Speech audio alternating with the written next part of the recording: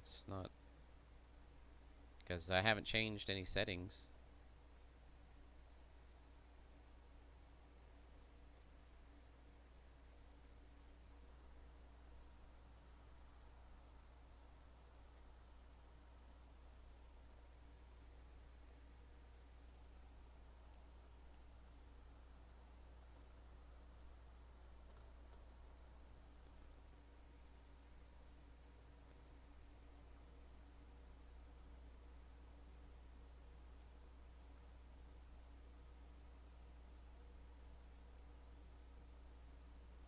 All right. Sorry about that. Did you get it figured out? Oh, there you are. Okay. Yep. What was it? I joined through the game. For some reason, it wouldn't let me join you through the Steam one. Steam Friends list. Well, that's weird. At least you got it figured out. It's done that to me before as well. At least it let me join. All right. So what's going on? Okay. So, as actually let me do this deal with the music here too. Nice little bit of ambient music while I'm explaining this stuff. Doo-doo. I need some water. Then get some water. Get your dick on water then. You filthy animal. Right.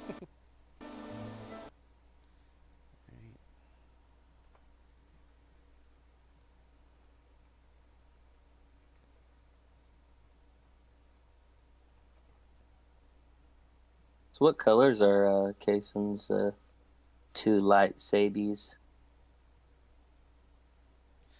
Oh, jeez. Okay. The Oh, it's not longer than that. The purple one is or his Lordian is actually purple, but it's not, the hue. violet. Yeah, it's like a violet purple. Yeah. And the training saber is like a sort of a Sorry, I'm back. light blue. Welcome back. Nice. Just asking him what color your sabers were. Yep. Yep. Yep. Yep.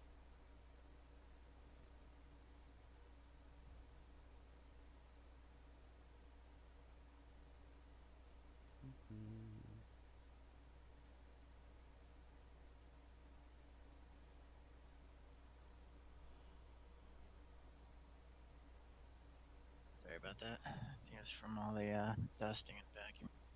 Oh, gotcha. Let's see.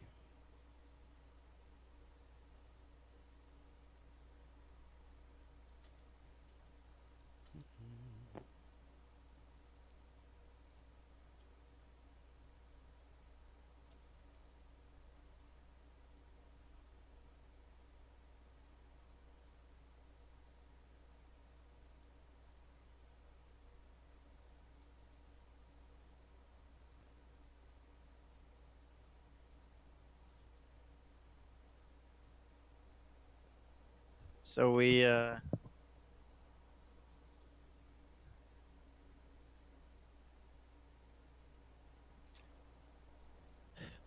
we warp drived over to this base. Is that what happened? So, I'm not gonna be able to get that to work, so I'm just gonna forego it for now. All right. So after the narrow escape from the First Order gunship, we eliminated the ties that it dispatched to attempt to destroy the Noble Blade, and we were successful in defending it. And thanks to a force-guided shot by Ator from the turret of the Ardent, a TIE fighter was sent spiraling into the gunship, temporarily disabling it and giving us the opportunity to jump to light speed and flee the area. After having made that jump to a point that basically just got us to a safe distance. And I think we had said we were going to jump to the like opposite side of the planet essentially, but made our hyperspace jump, and then we Nice. made our way down to the planet following the guidance of the Noble Blade, the Adamari ship that we had been sent to assist. And as the Noble Blade,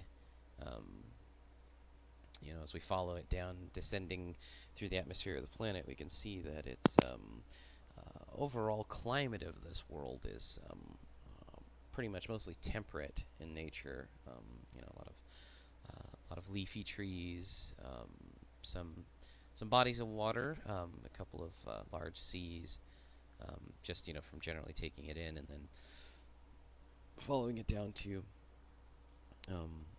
a building with a city, or following it down to a city with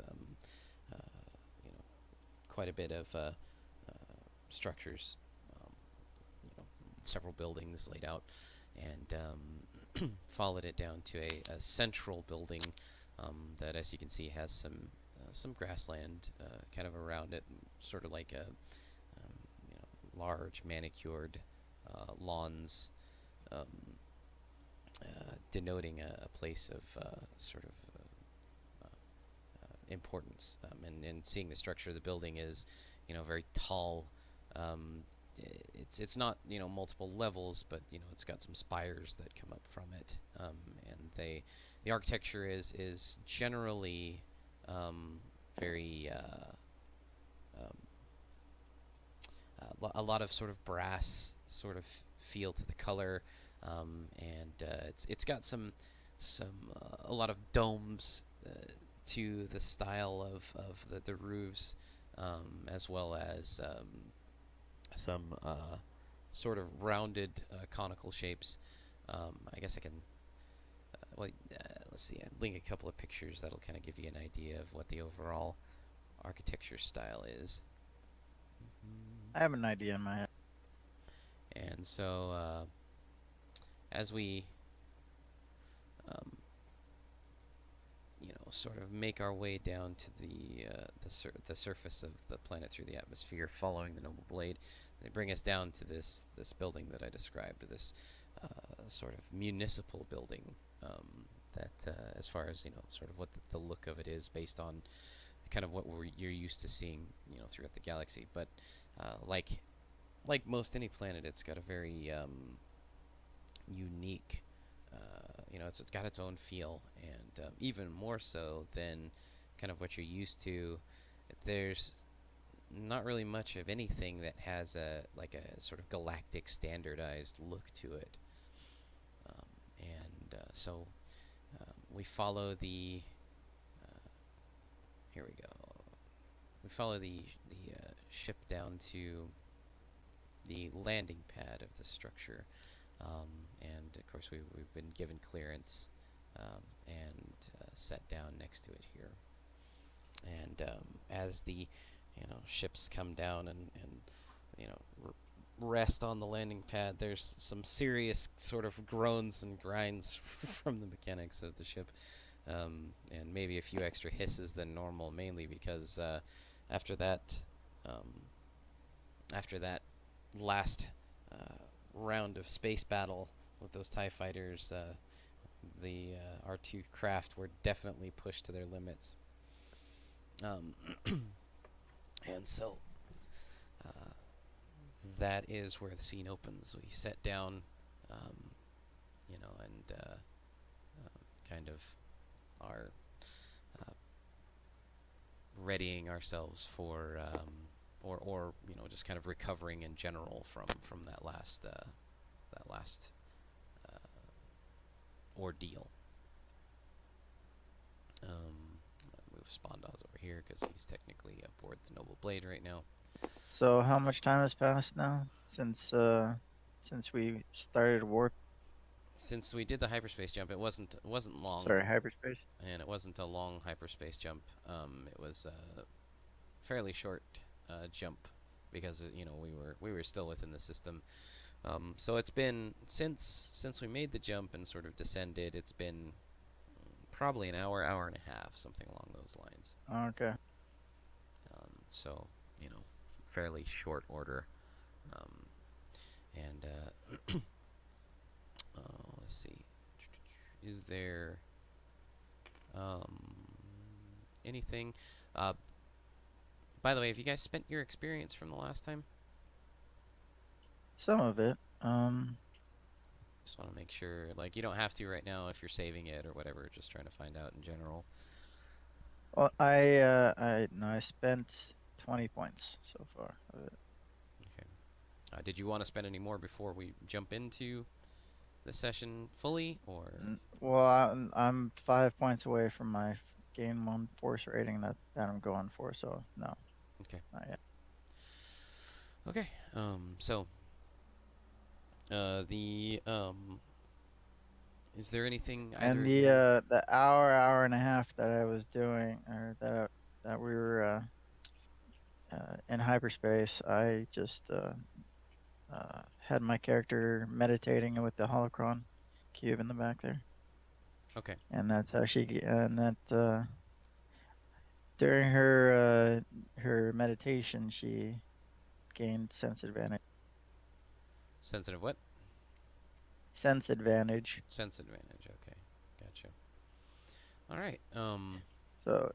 So just so that you know, as the GM, that's once per session may add 2 setback die to 1 NPC's skill. Oh, nice. Okay. Awesome. So that's kind of that's almost like, and it's add 2 setback. That's pretty awesome. So it's one step away from flipping a destiny point. Oh, that reminds me. We need to roll destiny. I already did. Oh, you rolled. Oh, So that was. what'd you do? I moved it, but you rolled 2. Uh, Too light. Yeah, Okay. I wanted to show you my good roll. I was like, Yeah, that's awesome. oh, you moved it. All right, so I'm gonna flip 2 of these over, and then I'm gonna roll mine.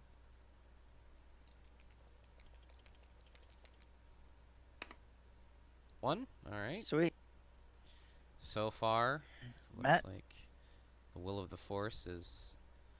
roll your destiny. So the easiest way to do it, Matt, is click and drag over it. So click it, leave it back in the roller section. Click to the side of it and kind of like drag a square over it, so that'll select it. Just click and drag over. Once you select it, then just tap the R button a bunch of times, and that'll kind of, start rolling it, and then you can let it go whenever you want to see what the results are. And around it goes. Oh, snake eyes. I don't even know what I'm doing. So what this is... That's okay. Okay, so We're doing good here.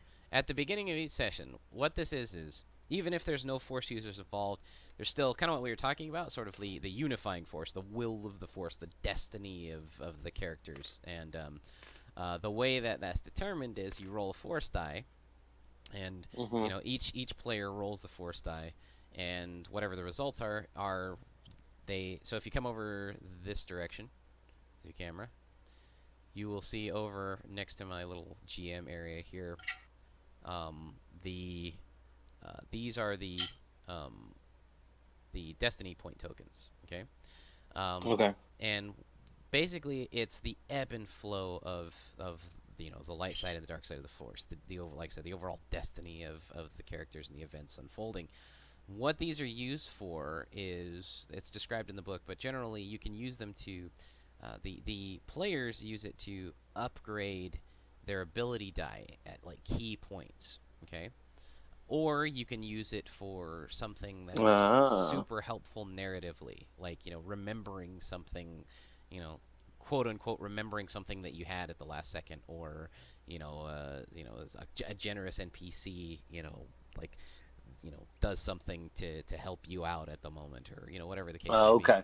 So it's a way to influence the narrative. The thing is, when a player uses now players can only use light side destiny points, okay? The GM uses dark side destiny points. I'll get to the GM side of it. So once the player uses a destiny point, it then flips it to dark side, okay? So it's as the ebb and flow of the force, from light side to dark side. To keep the balance. Right, exactly. I get you. So And the GM uses destiny points to increase basically the difficulty of a task that a player is going to accomplish. So, and it's a way to just kind of throw another random aspect into it, but also, you know, it's just something to liven it up and make the narrative more interesting. So, It's interesting. So I gave you a dark side. right. So that will be interesting to figure out how to implement later. Okay.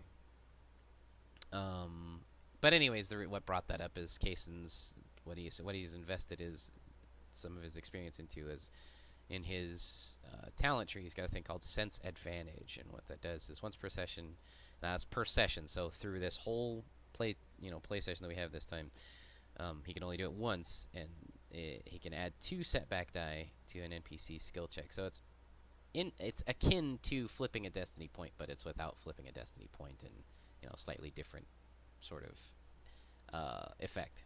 So, all right. Very interesting. So, as we have different ways. There's ways that you can use destiny points aside from, having to do with the dice rolls also. Well, I talked about the narrative aspect, being able to influence the narrative in a positive way for the players. Interesting. Was there something else, Kason, that I'm forgetting, or was that the other one you were referring to? You're an idiot. Did you give a specific? I didn't hear a specific. Well, I gave like a couple of sort of generic examples. Like one would be quote unquote remembering something that you had. As like basically a way to narratively provide something that you need. Or something along the lines of like an NPC nearby providing a helping hand unexpectedly, or it's just a way to tweak the narrative in a way that kind of adds an advantageous edge. The GM does the opposite. Yeah, exactly. He flips them over to fuck you, to really screw us over. To make the difficulty of something that much greater, and or narratively, provide something that just makes it more, So, and the fun thing about it is, again, the whole using the balance and stuff is it really encourages, especially on the GM, it really encourages the GM to throw those curveballs, because even though it makes it tougher for the players in one aspect, it then provides resources for the players. So, okay. So is there anything you guys want to say or do or add before, like I said, we've just landed, we're kind of like doing the sort of, power down sequence, system maintenance, and of course, there's sparks occasionally coming out of power as it passes through conduits, or coming out of conduits as power passes through them, and little like sort of bursts of mist and steam, coming out of different spots, just because, it's our ships are both in pretty rough shape. So is there anything that either of you wanted to sort of throw in there narratively? Or yeah, Ator says to Garen, we need to get you to the medical bay immediately. Garen kind of slumps back in the pilot seat, having a bit of a respite finally from everything they've been through in the last several hours, and lets out a sigh of exasperation and nods. Yeah, I think that's probably a good idea. So they kind of grunts as he rises out of the pilot seat slowly and kind of carrying himself, with a bit of difficulty, but he's still on his feet. He's still kind of getting around. He's pretty sore, and you can tell just kind of in little winces and things that he's just. Well, Ator heads out of the ship while you're doing that and looks around to checking with anybody who's around if they're for the medical team. Okay, and Garen sort of follows her, out of the. Oop, grab the ship, not the token. It sort of follows her down the ramp, and comes out, and as she looks around, she sees a few landing pad technicians sort of coming over, and without being requested, they're sort of like starting to hook things up to the ship like a fuel line and coolant lines and sort of generally inspecting the craft. You see that, and you see a person sort of walking down this what do you call it? This bridge, I guess you could say, this walkway leading to the landing pad, and he's carrying himself, sort of tall and straight, and he's very sort of dignified in appearance and in both his posture and his clothing. And he's got a couple of sort of attendants to each side of him as well. The attendants look like sort of a combination of, errand runners as well as sort of bodyguards. And sort of come to they're making their way up the walkway. You can see they're sort of generally coming toward the spot where we're emerging from our ships, and as well, Spondaz has made his way down the exit ramp of the Noble Blade and sort of made his way toward us as well. At that time, you guys hear my character come in and say, "Hey, Mr. Fancy Pants, why don't you get somebody to check on my ship? Because it almost got destroyed back there." The kind of bantha fodder of you got me involved in. Wow, Exodus is very upset right now. Well, coming from his perspective, he was once a peaceful galactic citizen, now responding to what he thought was a general distress call, maybe to make some extra credits, came into a situation where for some reason some part of him felt like he needed to be there, and yet was there to help kids and help get people saved, but in the meantime almost died. Ship was almost destroyed, and for some reason everybody's going to the other ship hooking things up. Well, no one's coming to my ship yet. In my description, we might have to retcon a little. Well, for one, okay, yeah, we can play this. Okay, so the attendant is like, they just hadn't got there. Right, yeah, that's all it is. Yeah, they were. Well, they just runs up to whoever's the closest and seems to be in charge and just asks to get a medical team out here for okay. all that's going on. Sheesh. Okay, you guys are throwing all kinds of stuff at me right off the bat.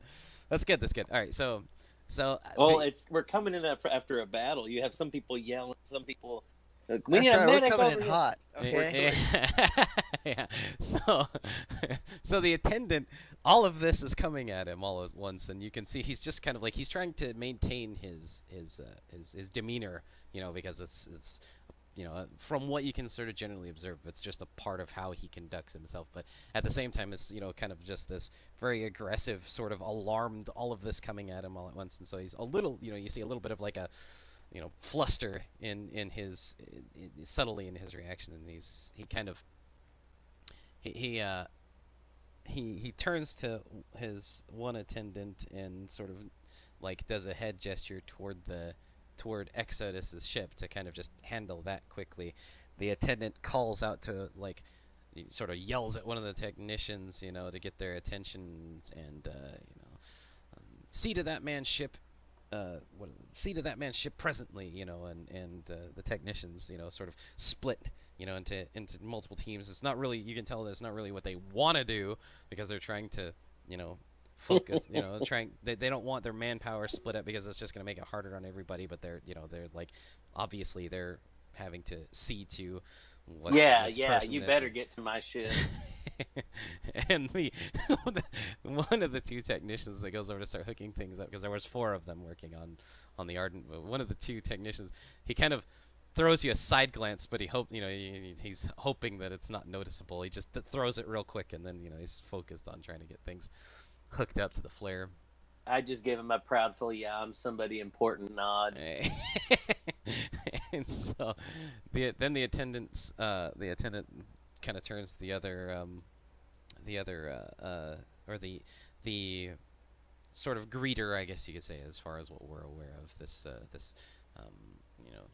sort of diplomat, we'll say, figure that's come to meet us on the landing pad, turns to the other his other attendant and says, that tells him to make sure to get some to get a medical team here as soon as possible. And the attendant, brings up a communicator, from his belt and starts to call it in. And Garen sort of chuckles as he's making his way toward Ator, who's rushed ahead of him, and he's like, "Ator, calm down. It's not that bad. I'm all right." While he's trying to hold his guts in. Well, if you look at my stats, actually, I'm at like 9 out of 14, so it's a little over half, but it's over not. half your threshold. Yeah, but that's not like. And you're critically wounded. Well, yeah, but the critical injury is not like that. It's just overpowered. He's just kind of generally. He's seen worse. Yeah, it's just a flesh wound. It is just a scratch. Put your arms, man. Your arms up. I'm fine. I'll be okay. So it's just his sort of from the description of this, it's like the his reaction time is not as sharp as it should be. So he's kind of. They turned him into a newt. So You got better. So he's really just kind of fatigued and sort of, bruised and some minor burns and things like that. But, You are a Jedi Knigget. You should be able to take it. You silly Jedi Knigget. It's going to start the next quest is going to be to go get a shrubbery. All right. But by the time he's like trying to like calm everybody down, doesn't want to make a big deal out of himself and all that kind of stuff. It's already. Well, she's not like doing it like she's not like freaking out about it. She's just rushing to him to try to get a medical team out. Right. She just I get it. She's saying everything in a calm voice, calm collected voice. You're dying, Garen. Get some help. Well, yeah. She's just trying to see what needs to get what needs to get done gets done basically. So, yep. So even with all that, Garen doesn't want a big deal made about things, and it's just things are already in motion. And so, as the attendant makes the call, the what do you call it? The diplomat, the sort of ambassador. He's not technically an ambassador, but you can tell he's sort of just a greeter, from this structure. Sort of he bows. Sort of formally to Ator and also to the other members as we all start to come together in front of this figure, this dignitary, and just he says, "Welcome to Adamar. We are greatly we're grateful for the aid that you rendered to our people." And of course, as all of this has been going on as well, there have been, there's been, even more a greater team of technicians sort of working on the Noble Blade, just checking it over, and a whole another group of attendants have come to sort of check over and actually, I'll do a little bit of a retcon. The medical group, the team that you were saying needed to come, there were some medical personnel already on hand, sort of rushing over to the Noble Blade. And to the people coming off it, checking the prisoners and the children and everything, and the attendant got some of their attention and hurriedly called them over to sort of look Garen over, and they're sort of giving him an examination while he's kind of like just more trying to be focused on the conversation with the diplomat, and he's kind of like wincing as the medics are sort of sort of prodding at him and looking him over, and trying to let them do their work, but also like having slightly the urge to shoo them away. Okay, so I can't remember though. Did we ever find out? Because the Noble Blade was the one that was attached to the the First Order spaceship, right? Right. And did we ever find out why it was attached to the First Order spaceship? Dock 2 and all that. We I forgot about that. Gonna come back to that, aren't we? No, because it's gonna be Wait, too disruptive. Wait, Matt wasn't here for that. No, I told him about it. I brought him up to speed on everything, and including that whole distraction. I just laughed. Okay, let's move on. Yeah. All right. Let's make So this a yeah, so did family. we ever find out about that? Yeah. So we Can't yeah remember. when we talked the to the personnel of the Noble Blade, we found out that they had pursued the First Order ship because the First Order ship, it was a transport, and it had a team that basically they it had two teams that hit two targets at once, and one was a sort of a ship engineering facility, and another was like a preschool, which was sort of an odd target. And so they captured a group of engineers, and actually this one person that you've kind of interacted with. I can't remember if we said his name, but the they captured them from that facility, and then they kidnapped a bunch of kids. And so, of course, obviously alarms were raised and stuff. They stunned a bunch of people. Um, uh, you know the and you could tell that they were smaller. Or from what they described, it sounded like smaller teams um, in each Wait, the instance. First Order guys only stunned them? Well, no, you're right. That wouldn't be exactly how they'd operate. They operated as a tactical team, and they just dropped anybody that was in their way, basically. That I wasn't was there. about to say we just killed them all, and they only stunned people. Yeah, no. So, and you're right. That wouldn't really be fitting of the First Order because they're such an aggressive sort of It was organization. making me think of Robot Chicken. They like set the thing to stun, and then she shoots him, and then he's like holding his butt. He's like, he said set it to stun. So all right, but anyways, so they pursued the Noble Blade. They were um there's more to the Noble Blade that you can find out by asking and stuff, but we'll get to that in a minute. The Noble Blade was in orbit over Adamar, and they were basically the closest ship that was able to sort of scramble to chase the First Order transport down. And they, at the time they were in good shape for what the ship is, and were able to pursue.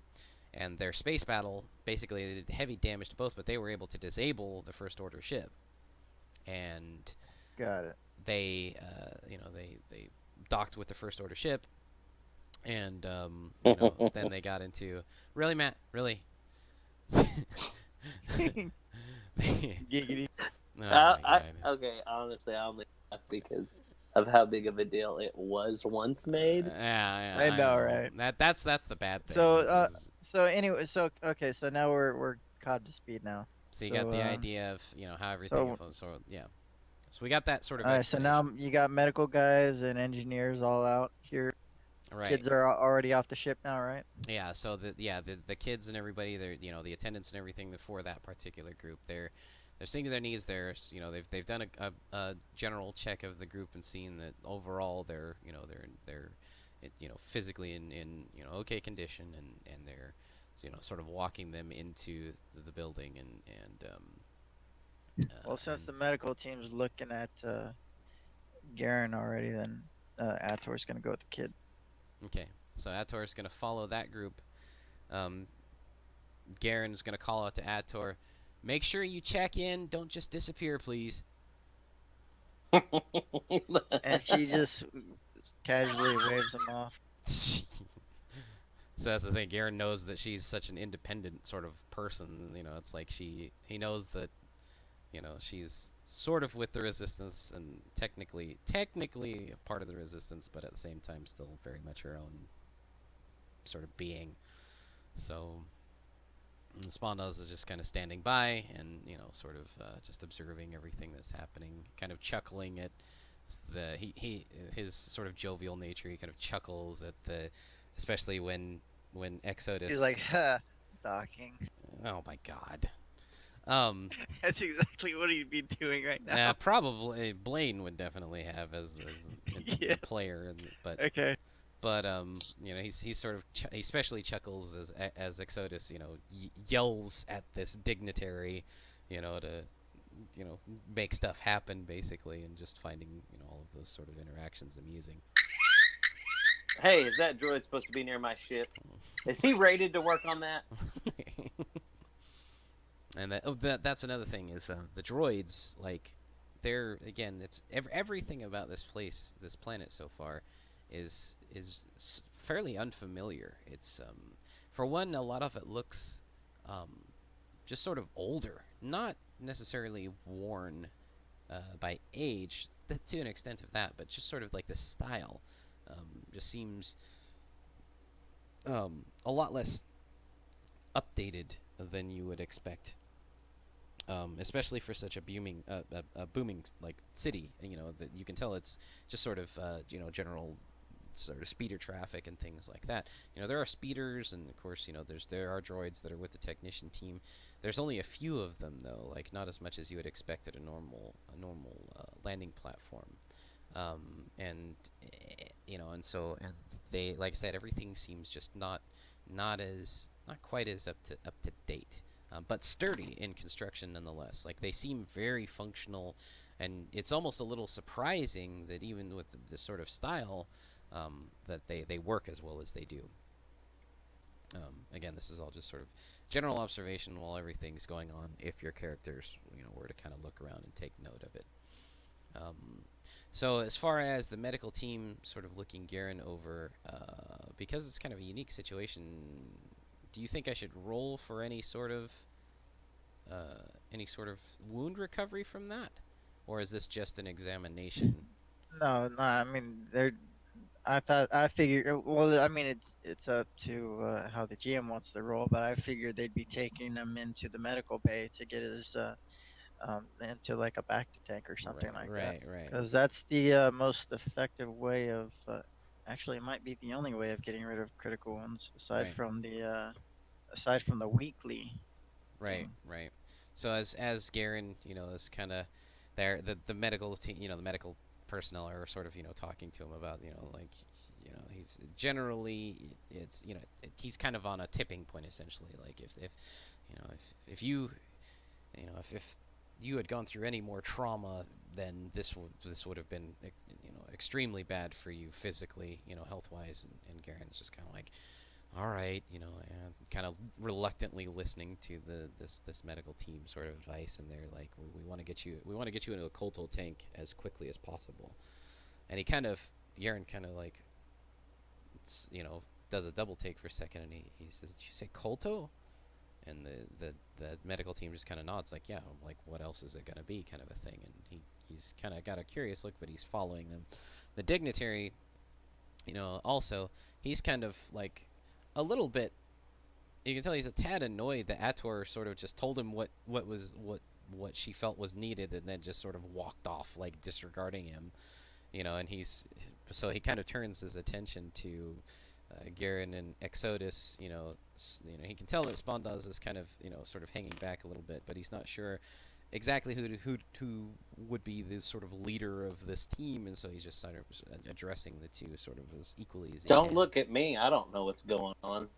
Barstride, what the Bonta fodder have we got going on here? Garen sort of, amidst the dealing with the medics, and hears Exodus's comment. He kind of smirks, and he says, "Well, we got the distress call, which I'm assuming you responded to, and got wound up in the mess just like you did, except we were actually on board that ship." And I can't remember. Matt, did we have you come in after the ship exploded? The first order ship exploded? That was after, right? Yeah, that was after. When I came in, I was received. I still had the distress signal was still going from the ship. But we And were when I on came the in move. from Lightspeed, you guys were on the move, and I came in between your ship and the first order ship, receiving a distress signal from the lead ship, and was basically at that point decided that what I needed to do was to help these kids. So the dignitary, yeah, because that's right, because the captain sort of, we have children on board, we're need blah blah, yeah, very urgent. So the dignitary sort of, kind of, kind of clears his throat to kind of continue, and he says we are very grateful for both your assistance, and you will be compensated for the deeds that you have done this day. And our technicians will see to your ships and make sure they are in top working order. There's nothing to be concerned about. He kind of gives you a look like, calm down. Ah!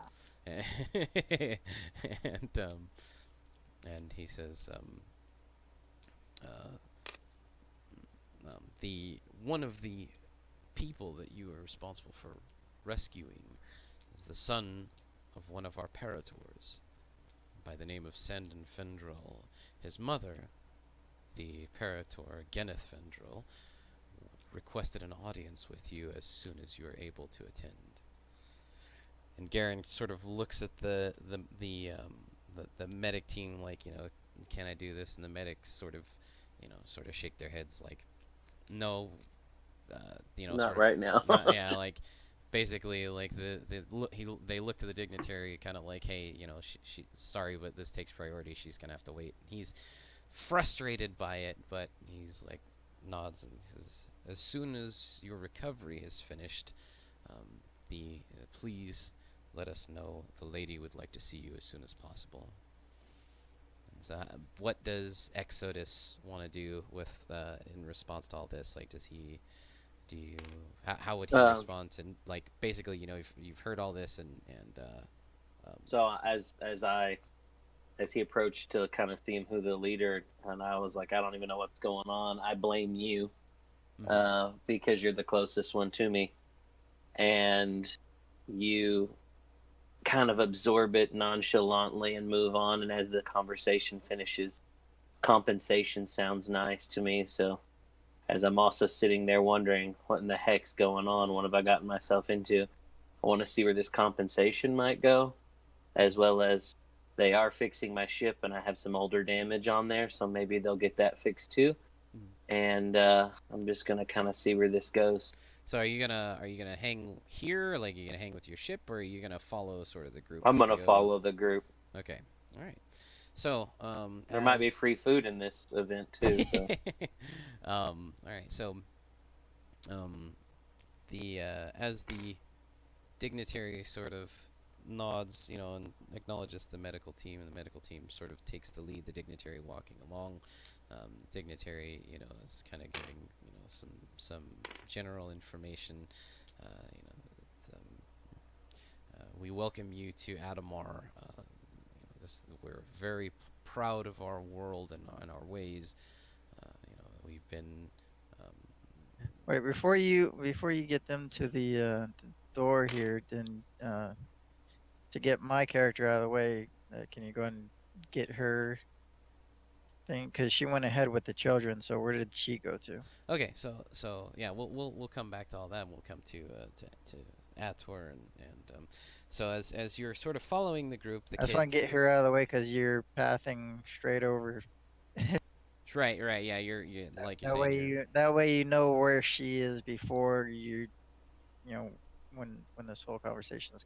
Right.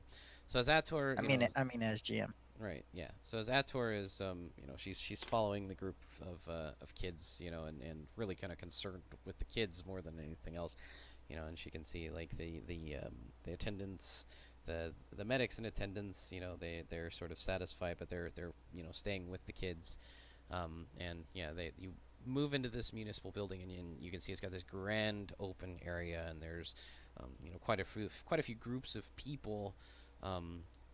At various sort of spots here and there, and then as you come through the door, and you see several groups turn their heads to see coming in, then you see several people start to sort of rush over to the group, and you can see on their faces looks of sort of relief and gratitude and sort of this some of them start to well up and actually start to break out into tears, and you can see several of the kids sort of starting to respond emotionally to this as well, and they're the group of kids is starting to kind of break up and move into move to each of these sort of, you can see parental parents, basically, pairs of parents, and single parents and Oh, things. so Parental they're units. Parental units. um. Then I'd like to check. Let me see if I can do this. Um.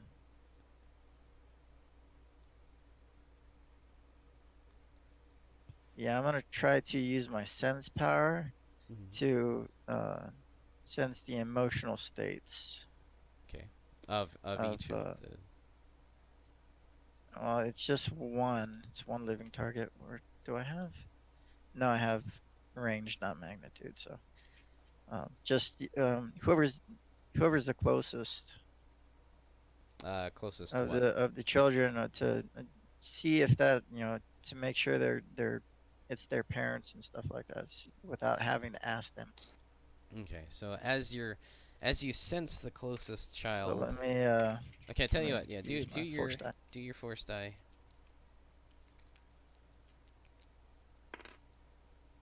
Son of a bitch. All And I failed. right. Well, so as you try to stretch out into stretch out with your feelings and sort of connect with one of the children nearby, there's just sort of the ripples of the force around you are it's almost like tumultuous, essentially, and it's just difficult to sort of sift through the threads and really be able to concentrate on one thing, and so you just can't quite make the connection you're looking for. But as sort of general observation, you see, you don't really see, your eyes are kind of darting around looking at each of the kids and just trying to take it all in as quickly as you can, and your sort of protective instincts obviously are leading your actions, but you don't get any sense or vibe of any of the children being in danger, um, or seeming like they're out of sorts any more than they would be. Like, you can tell that they are comforted, um, amidst their distress, by the people that they are joining. So you can tell that it is their families, and that you don't get a sense that you need to be worried about who they're Gotcha. leaving with. So then I look at is I look at everybody and see if there's any adults who aren't with their children, or children without their adult. Okay. Um, AFK. okay. All right. Let me see. Give me a sec here to think about this, because it's something I hadn't considered. Da-da-da.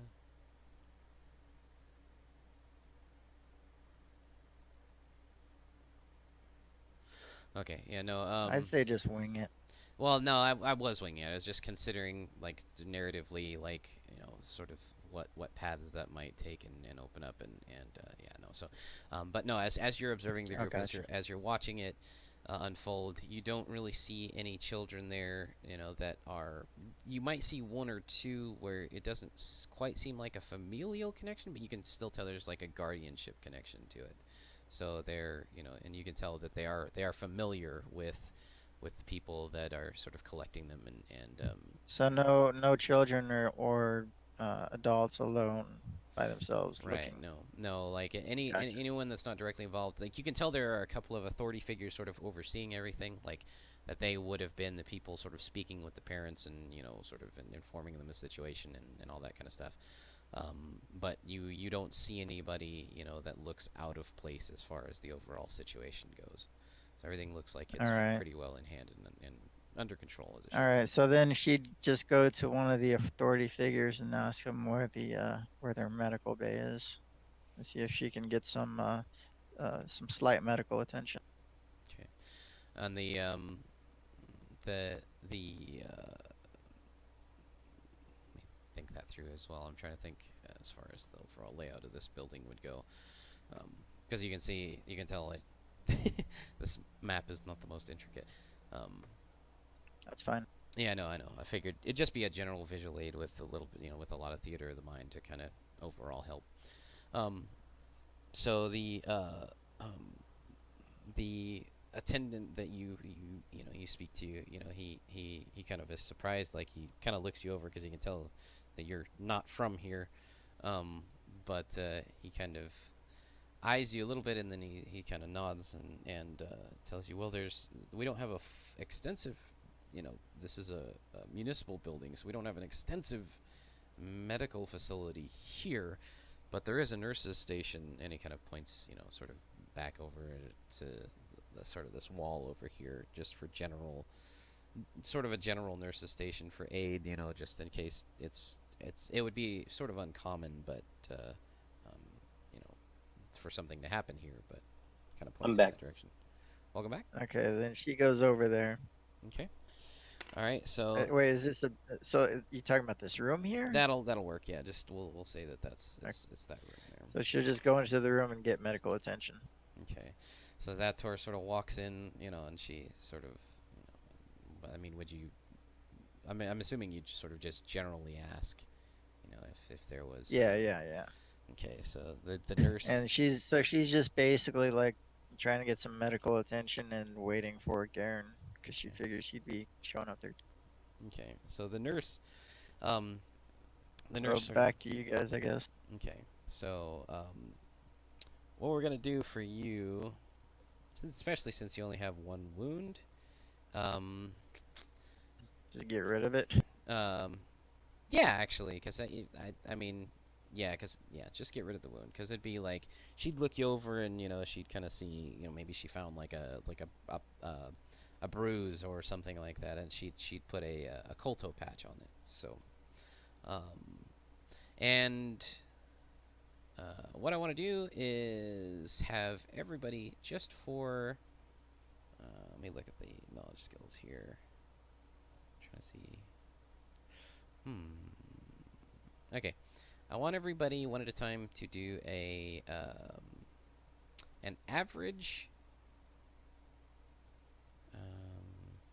average education check with a setback die. So Matt, if you want to go first, this is just for because I've been using Colto, and so just want to see if your characters would pick up on that.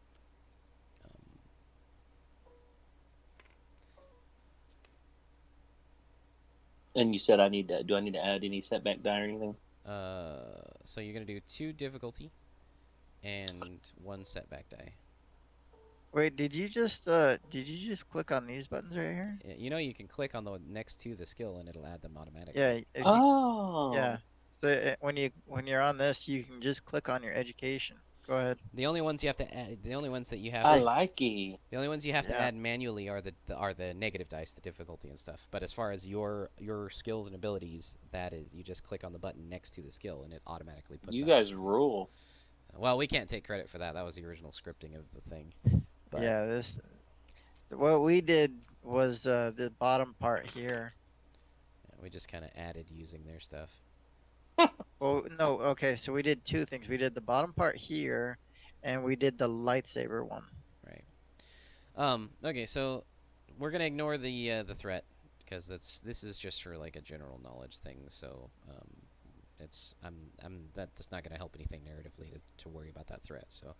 So Exodus is it's, and the reason that this is an average check with a setback die is because it's a fairly old sort of thing. So I'll sort of explain it for a player knowledge thing as soon as everybody does their rolls. Okay, so Jeez. Ator really doesn't know, which at this point she kind of doesn't really care, I don't think. She's kind of getting. So that makes perfect sense then. Perfect logic. Yeah, because I don't think that's something Ator would really worry about. Like, as long as she feels like it's someone that she can trust well enough, then I don't. She's not really getting an impression that it's someone that she should distrust. Then she would just kind of accept the medical attention. Basically, it's kind of the idea I get anyway. If I'm wrong, correct me. But Okay. Oh. Nice. So Right. I was hoping that'd be the case, especially because of what Garen said. I would have to spin it differently anyway. So, all right. So Kolto, and I don't know if you guys knew this or not, Matt specifically, but Kolto is actually sort of the predecessor to Bacta. It was a sort of medicinal fluid similar to Bacta back during the days of the old Republic, um, and so it's like a almost it's still effective, but it's almost an outdated sort of medicine. Like Bacta is a little more potent. It's a little more effective and efficient. Um, so, um, Okay. so that's just sort of so when you hear me refer to Kolto, that's the idea behind it from the player aspect. But of course, as your characters, since they did that knowledge check, you're not going to have quite that understanding. Other than Garen. So moving forward, so Ator is having her minor wounds attended to, and coming back to the rest of the party. As they've been following this attendant. The attendant is sort of giving some general facts about this, especially this municipal building, almost sort of being like it's almost a little bit of a tour, and he's explaining that this municipal building was built so many, like, say, like 300 years ago, and it has been standing and renovated so many times, and et cetera, and sort of giving this little bit of backstory to the building, and sort of general information, just to make sort of conversation and help these party members feel welcome, as they're making their way down the corridor at a slightly hurried pace, because the medics are really focused on their job. They're like, we really want to get this guy, to get these injuries seen to, because we just don't want him to be walking around in such rough shape. Basically, they're at their medical motivation essentially. So, and then as they move in, the medics, say, all right, well, we're gonna have to, or we're going to take the patient to the medical facility nearby, because the resources that are available here aren't going to be sufficient for seeing to the patient's wounds. So Garen sort of like kind of nods and goes to follow the medics, and tells the greeter, the dignitary, thank you very much for the welcome, and we will return to this place once the wounds are seen to.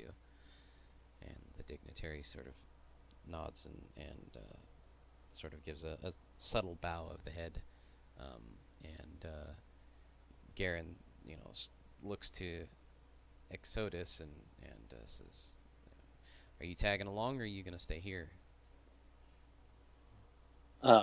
Where's the free food? The dignitary sort of gives you just the subtlest little side eye, like, sort of a thing, and he informs Exodus, if you pass through the door to my right, which he sort of indicates this door here, there is a buffet, well, not a buffet, but a table of amenities, that is available to honored guests. All right, see you later. Exodus sort of takes off. Garen sort of watches him, little raised eyebrow, like, all right, and sort of nods to follow the medics. And Spondaz is tagging along with Garen, as they're heading out the building. Garen would take out his secure communicator. What is it called? Dang it, where is it? His 3-mile secure comm. It's comlink. That's what I'm trying to think of. Take out his comlink and sort of signal Ator, and tell her that looks like the medics are taking me to another facility to get fixed up. Do you want to come with, or do you want to stay here?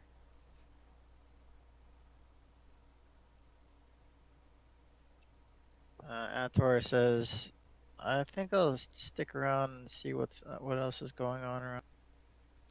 All right. So Garen says, "All right, I'll be back as soon as I can." And so Garen, Hey, Farstrad, what channel are you guys on? oh, all right. So are you like stepped out the door and sort of yelled this across the? With a mouthful of food as it's falling off out of it. Hey, what? Hey, what channel are you guys on? As you holler this very sort of not quite well, you get the not uncouthly, very not less mannered than people would expect in the building. You see a lot of heads turn and some sort of like half disgusted looks and stuff sort of out of your peripheral vision. Garen hollers back, and he hollers back the frequency 474.4, and then he kind of continues on his way following the medics, and they head out of the building. Sundown just looks around and kind of goes, "Who cares? Go back to your lives," and takes another bite of whatever he's eating. He doesn't know what it is, but it sure is good. So the dignitaries, they're just kind of like taken aback a little bit, sort of like huffing at this stranger, this off-worlder, being so rude to them, basically, and then they go back to what they're doing. Hey, I saved your kid's life. You calm down. So Garen and Spondas, they leave the municipal building, and they're taken in a speeder, not far away, like maybe a few blocks away, sort of, I guess you'd say city street blocks, kind of, head down to this medical facility, and Garen is very professionally, medically, sort of, hustled into into this one sort of chamber where there are colto tanks, and you know, getting very little chances to object. Basically, he's tossed into this colto tank. It's less sort of what do you call it? Apathetically than I'm describing, but still, you know how medical personnel of most any kind, how they react, and how they work, essentially. And how does I'm trying to remember, how does the back to healing work again, Kason? Because I need to figure that out. It has to do with, well, the wounds healing. I can't remember it because it's over half threshold. I think it's a little different when it comes to when rolling for the heals. I can't remember if it's this, for the back to tank, um, if it's an automatic healing, All right. like a specified one. When it comes to the critical wounds, it's one or you roll a chance to heal it every day, once a day. Okay. All right. So let me. I don't know if you're gonna like put a setback die because it's not backed though. I don't know if there's much of a difference between the two of them. I'm going to look right now at the healing and recovery. Let's see. I'll look at the back right now. Well, that's actually where I've gone to. I'm right there. All right, back to tanks. Characters can also heal using a back to tank. The rate of recovery depends on the character's state of health. A wounded character heals at a rate of 1 wound every 2 hours. And an incapacitated character heals at a rate of 1 wound every 6 hours. Okay, so I wasn't incapacitated, so it's 1 wound every 2 hours. Alright, so let's see. At the end of each 24-hour period, the character may attempt 1 resilience check to remove 1 critical injury. The difficulty is equal to the critical injury severity rating. And then that's on the card that I have anyway. Okay. Okay. I should probably, I don't know, I should probably make a strain is fairly easy, taking a moment to catch one's breath and eating a good meal or spending or always player might recover from strain at the end of an encounter. Okay, so basically the strain, I think I can kind of, so let's see, so it would take How many hours to flee? Holy crap, that would take so long to recover from all those wounds. All right, well, let's see. So that would be 18 hours, What? basically. Yeah, that's just 18 hours. It's not Yeah, even a 24-hour period. yeah, true. All right. You need to be in for 24 hours for the critical wound, just to roll, just for a chance to.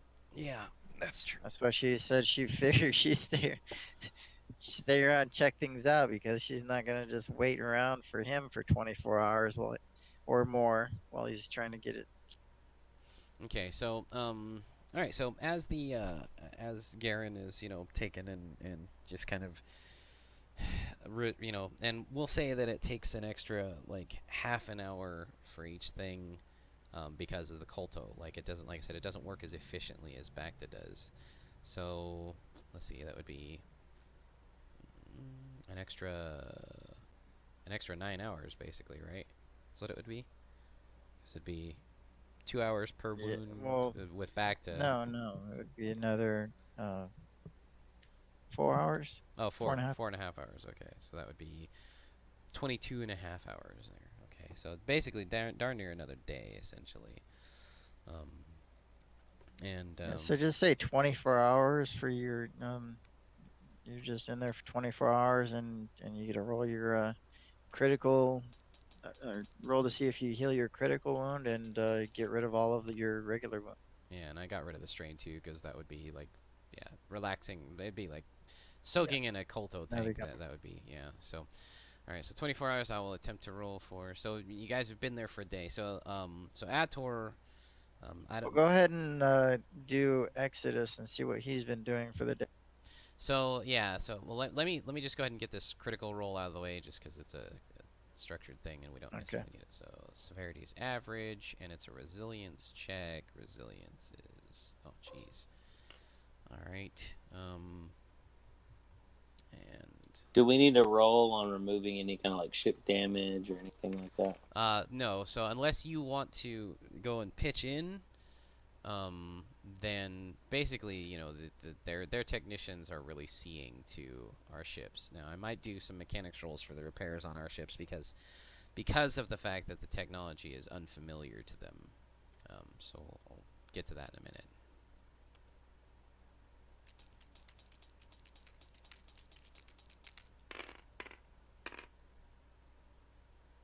Sweet.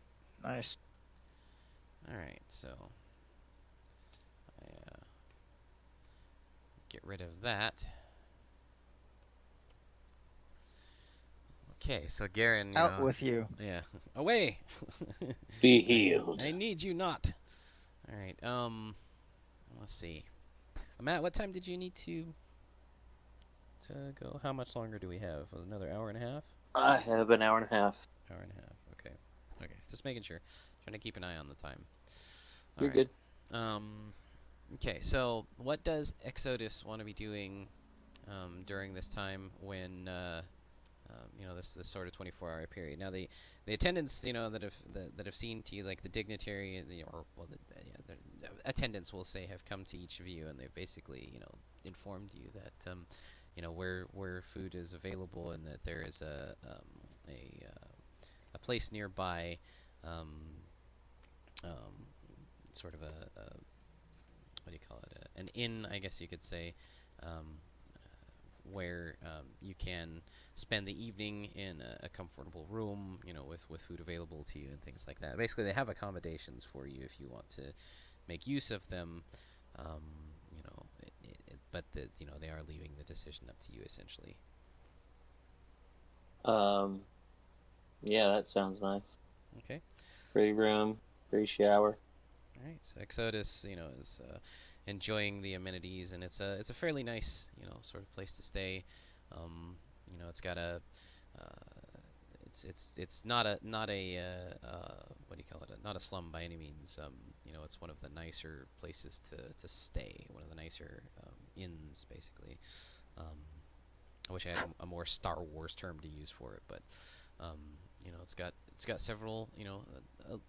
It's two floors. It's got several rooms, and the room they take you to is a bit of a suite. Not too huge, not like presidential suite or anything like that, but large and accommodating enough. And and downstairs there's this sort of dining area where they've got food readily open and available to you. Um, you didn't know because everything for you was all Starship based. So okay. Um, and is there anything that you want to be doing besides just sort of generally keeping to yourself and uh, um, sort of enjoying a little bit of planet side classy accommodation? Well, I mean, I would love to know more about what was overall going on and what I've gotten myself into, but I know that those conversations, I guess, are coming more so. Taking advantage of the rest, relaxation, wondering if the First Order actually knows whose ship that was or not, wondering if I can even go back to where I live at all, and yet, hey, free food, and then nice place to stay, cool, and just trying to soak in amenities. Do you have the free shampoos? No, okay, and then just trying to soak in the environment of uh, what's going on and what whatever they can give me to help me would be great. Whatever they said something about like a compensated, and are we gonna have that conversation? Like, is everybody okay? And then asked an attendant how Far Strat is doing. They said they don't even know who that is. And I was like, a guy came in with some wounds into a medical bay. They said they didn't know. So the next morning, I went to find out. Okay. All right. So that'll be we'll catch back up to the next morning with Exodus. So now what about Ator during that sort of like 24-hour period where they'll say we landed. We'll say we landed sort of like afternoon time, then this side of the planet basically, and so it's gone, all the way over the evening, and then very much into the next, like late the next morning kind of a thing, or it's been the 24-hour period. So, um, what would So Ator have for been? her, she once she took care of her wound singular, 'cause Mm. that's all she had. Um, she uh uh she went and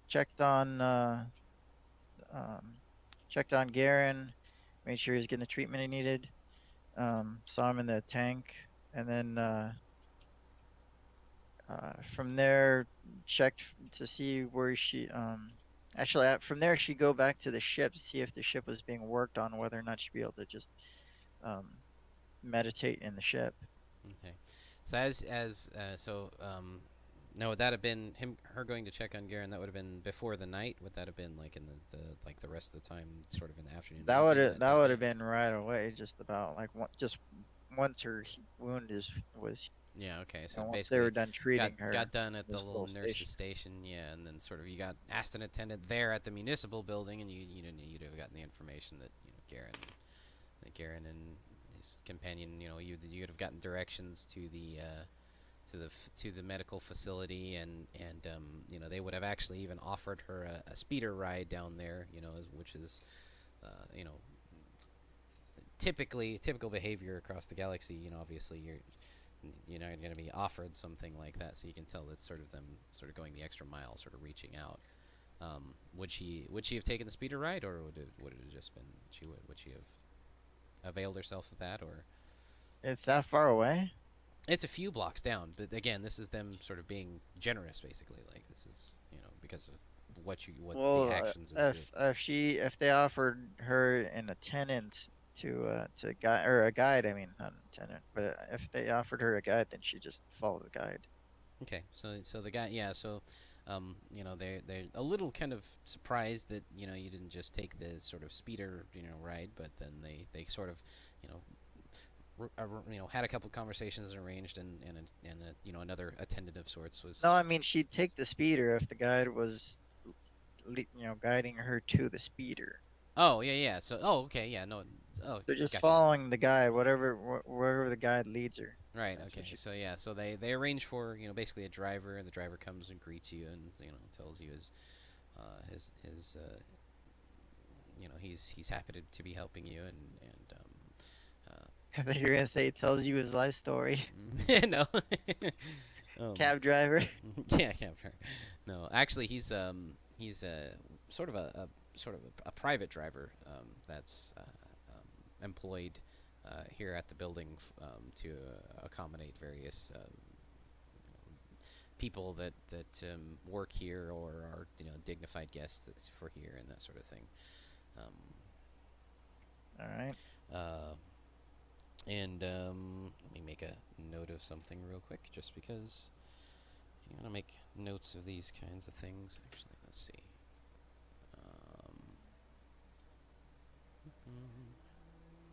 I'm going to copy this and make this my little GM notepad over here. Something I should have done a while ago.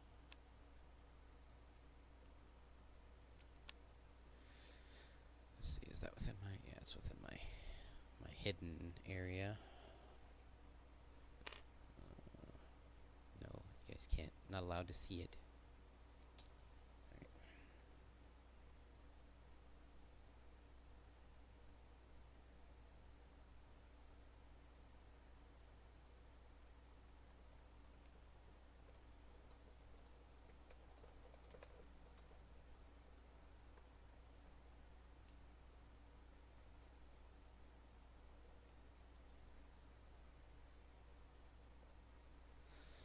Okay, so in the speeder driver, it tells you his name is Jovith Roan, and he's again he's very happy to be of service to you today, and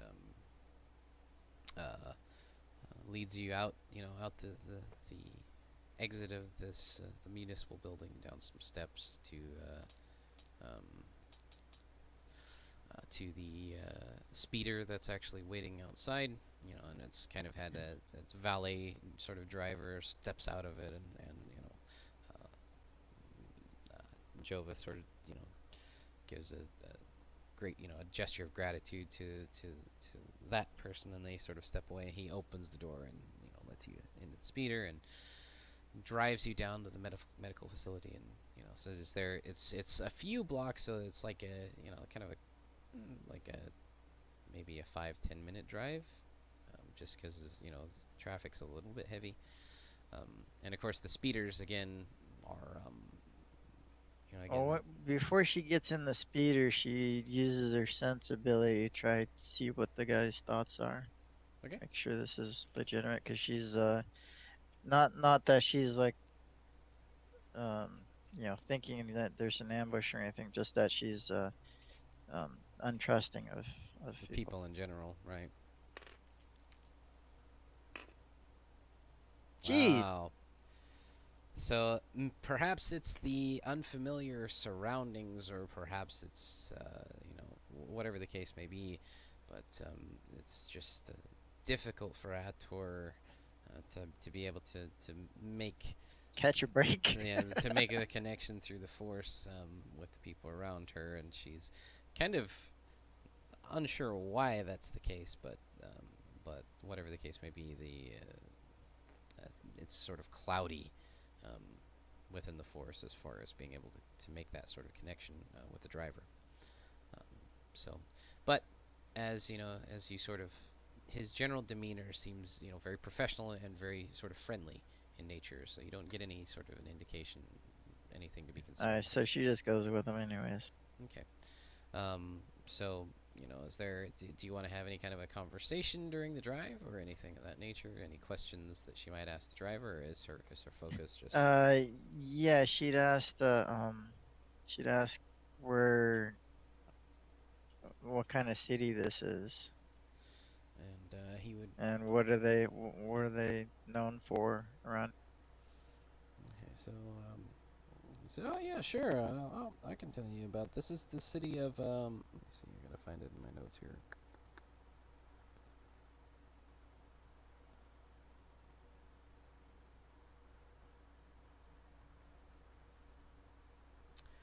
Dang it! Where is it? There you go.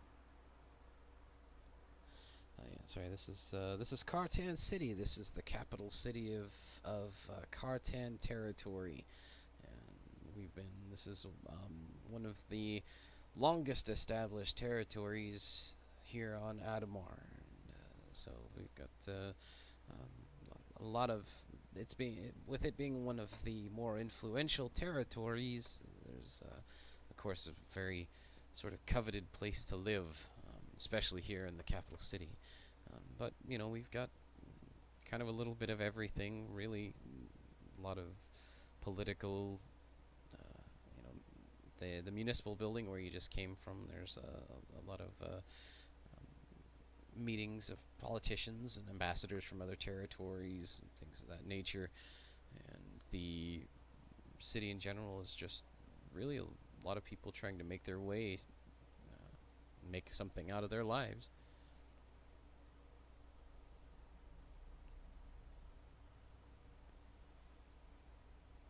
And what uh,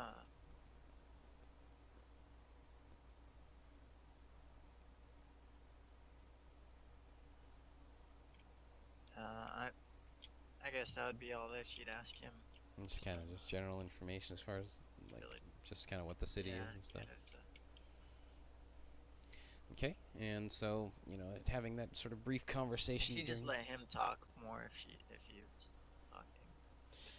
And he'd kind of Blabbermouth or not. right. Did you? He'd kind of just answer her question. He'd be somewhat. You could tell that like he'd be somewhat open. You know, but also he's trying to remain you know professional and not you know not be not just kind of ramble or anything. Um, because it's what he's used to. You know, he's used to being sort of efficient as a driver, basically, not wanting to bother the people that typically ride with him. So, all right. So she just look around and see the So as you see the place. okay, so as you look out, you know the as you look out the window of the speeder, then you know you can see um, that most of the architecture is you know well kept and it's a lot of uh, the buildings give off the sort of impression of um, functional with a bit of architectural regality, and you know even places that would be like as you kind of look through the window or you know sort of outside of it, you know you see like there's sort of eateries and things like that, but um, you know they all have a certain level of manner, and even the people on the streets. Um, it really kind of strikes you interesting is that the people on the streets overall, like just in general, um, you know, carry themselves, you know, very tall and straight, and you know, they have a sort of air of some maybe give off an air of arrogance, and others, others an air of what do you call it?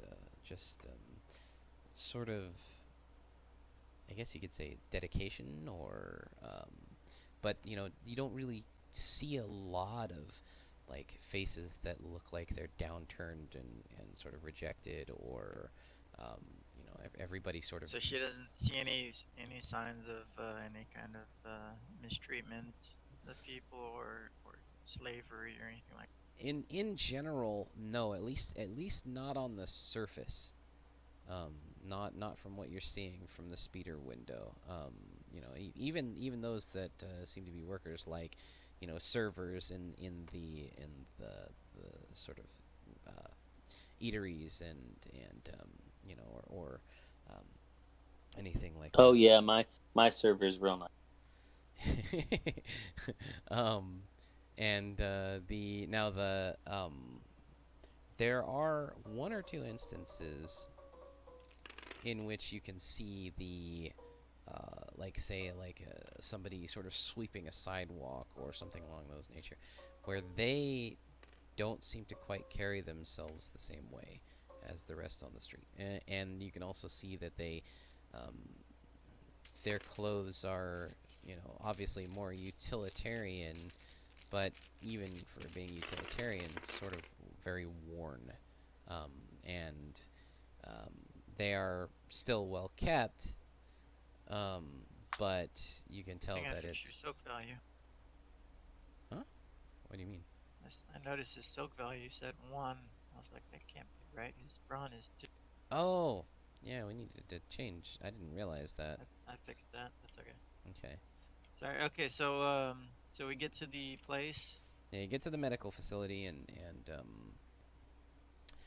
you check on Garen, and you can see he's in this colto tank, and he's got sort of he's got a breather mask on, and he's just kind of floating there. You can see him he's got his eyes kind of closed, but then he kind of opens them at one point while you're just kind of standing there, and he sees you, and he kind of like gives a little bit of a wave and a nod, like, yeah, I'm all right. You can see in his eyes that he's kind of just accepting the fact that he has to be there. He's not He's real. on the mend. Yeah, he's not real thrilled with having to be, just sort of stationary that whole time, but at the same time he's, taking advantage of the rest, and he's also doing meditation of his own, sort of making his own, or he's connecting with the force, taking advantage of being stationary, and you know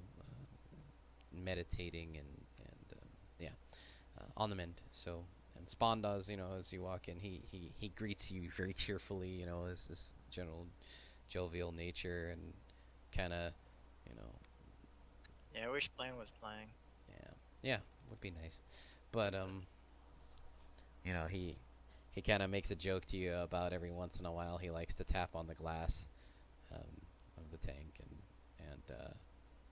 kind of smirks and chuckles at his own joke, Good old Spawn does. and lets you know that he's there, and he'll keep an eye on Garen, keep an eye on things there.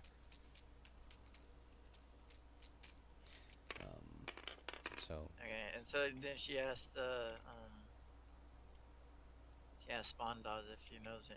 What the hell is that? On the spare, jeez. yeah, that was a crazy roll. Somebody got a bad roll. Yeah, it's Matt playing around. I'm with just the fooling dice roll. around. Yeah, just fooling.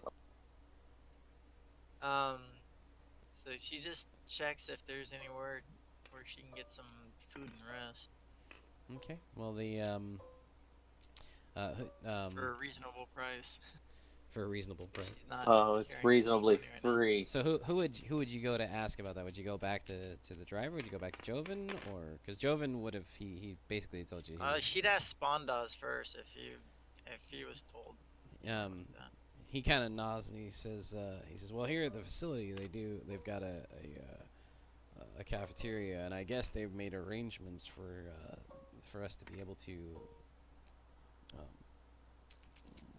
to eat if we basically wherever we go. So so as far as I know, you can eat here, or I don't know. I grabbed a bite to eat here just because I knew I was going to be here for a while.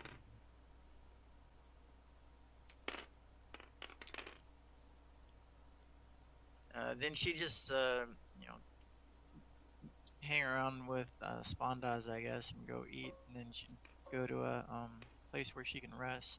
Okay. And when she gets some privacy, she'll meditate and with the holocron cube, Mm-hmm. and where's the holocron cube? Oh yeah, that's right. You didn't make it. Yeah, we don't have a. It's on this Yeah. card.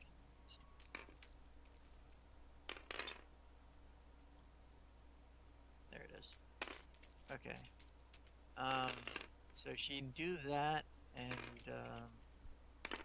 she'd try to seek. She'd meditate with the holocron cube, and she'd try to seek for the what is it called? Her next objective, which was the now that the kids are safe. Right. She's trying to find the sister stone to the Lordian gemstone. Okay. Yes. All right. So now shit. you're gonna be doing a force power check. Yeah. Go. You gotta. Oh, yeah, I guess you can just. All right. Okay, so. Looks like you're successful. Okay, so. Let me. AFK. Okay. Me one sec here, case. Ew. Okay, so I failed. Huh? Oh, wait, you failed. Failed. I need 2 of them. User spend 2 to gain insight in general location direction person knows about regardless of current distance. Average vigilance So I check. failed. I need 2 of them. Oh, okay. Damn it. It was right there too. It was next. Yeah, I know. I saw it tip. It was funny. It was like stuck on the corner. Yeah. Stuck on the edge. So Alright. as Ator sort of, reaches out to the Force, opening herself up to the Force and seeking answers, she almost gets almost feels like she's going to receive guidance toward something, what she's sort of been seeking, but the ebb of the Force and sort of the movement of it through the tendrils of destiny sort of drift away and don't quite give her the guidance that she's seeking. So and as you sort of meditate in general, and now something to keep in mind with the holocron is that it's a knowledge repository, so it does enhance your meditation to an extent, but it's also very much meant to be a tool for consultation. So what we can say is that as you sort of interact with the construct of the Jedi Master contained in it, he sort of gives you sort of general guidance, as you ask questions, as far as different things. Well, is there anything specific you would want to try and any sort of knowledge you would want to seek or aim for with the holocron? I think. Yeah, so freaking long ago. I'm trying to remember what the limits of the Jedi was there, as far as the specific Lordian gemstone.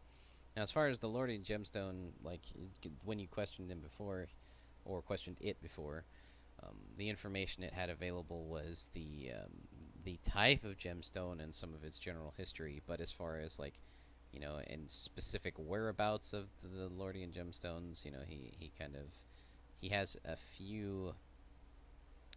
Actually, let me think. Because during his time, they were typically more from their home world. Of course, this holocron is from the days of the old Republic, before the Clone Wars.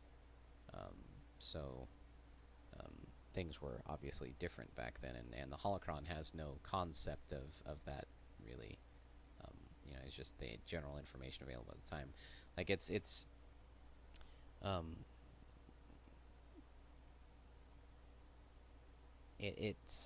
an interesting thing to try to describe a holocron as far as the nature of it, because it's very much technology and force in one.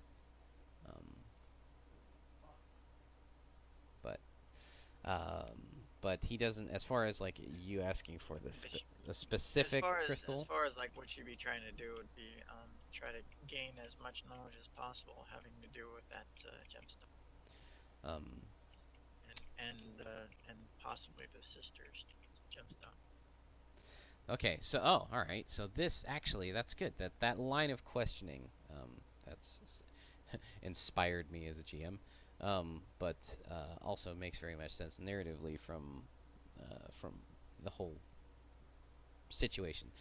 So as you talk about this, he sort of delves a little bit more into the nature of Lordian gemstones and how, as they were sort of connected to the users for their communication, they sort of take on they take on a force echo of that individual, and if they were connected um, over a long period of time to another, if they were used to communicate with another Lordian gemstone on a regular basis, then that connection would also be reverberated in the echo, and that you would be able to follow.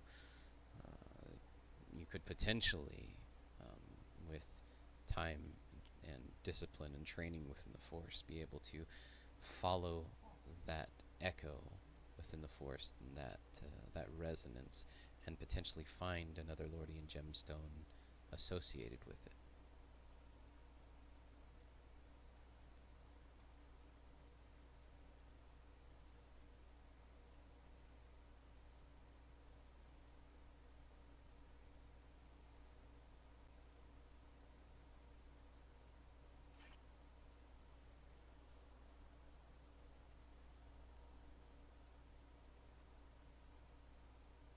You there?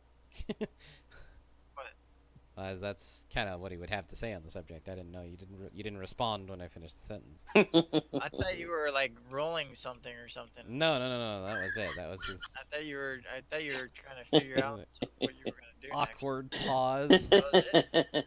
Yeah, that was him sort of explaining, giving a little more insight to how the gemstones, because of their telepathic and sort of emotional and all of that, sort of the way they work within the Force, that essentially, it would. That's the case. You get the idea. Gotcha. But I mean, that's nothing. That's nothing new. Well, it's a confirmation of sort of what Ator has sort of sensed in general. Like, it was a more elaboration. Well, she'd asked him about the gemstones before, and I can't remember what the holocron said as far as the gemstone goes. Well, it was if I remember correctly from the way that it was worded previously, it was that she had asked if he had any idea as far as the whereabouts of the sister gemstone, and because of sort of the approach conversationally, the way like systemically the holocron responded was, no, I don't have any specific whereabouts. But the way you sort of worded it this time focused more on the last time she wanted to know everything to do with the gemstone too, and I think that's why we had that whole thing about the creating the lightsaber and everything, and right, fusing the lightsaber with the gemstone. I can't. Whatever the case may be, previously, I mean, Ator might have understood that sort of connection from her experience with the gemstone so far, feeling that sort of connection. But this is like an elaboration on that, sort of Gotcha. like a confirmation or affirmation of that being the case.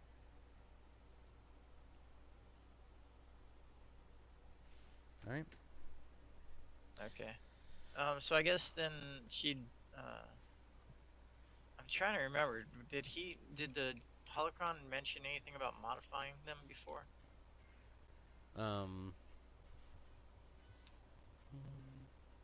As far as modifying the crystals, Well, as far as anything to do with the gemstone that she currently has. well, yeah, you can you can tell. Did Sherry tell him about modifying them in the lightsabers or anything like I don't that?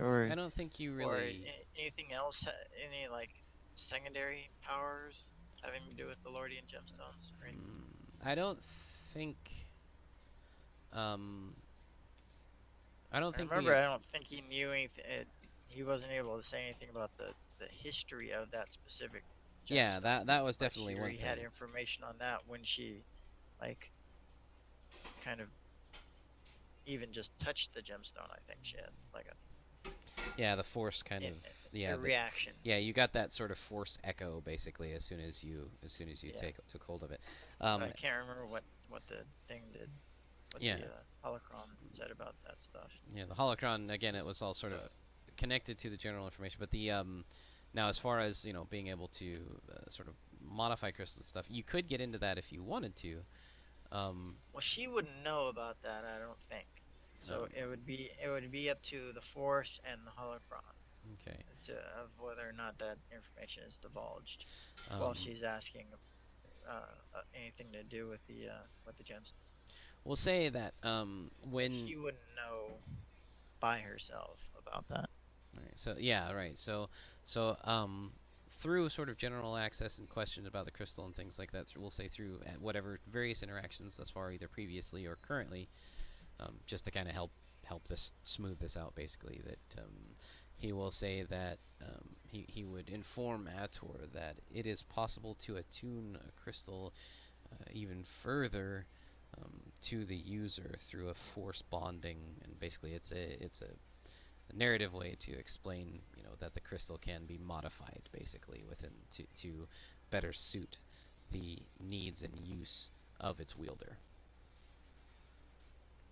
And he would say that, as a a sabersmith will say, that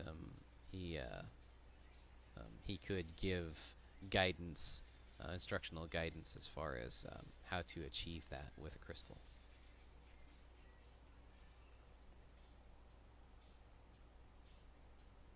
All right. So is that something that Ator would want to attempt, or is that just her getting sort of more Yes, information? yes. No, yeah. Should want to attempt it. Okay, so are we doing your check for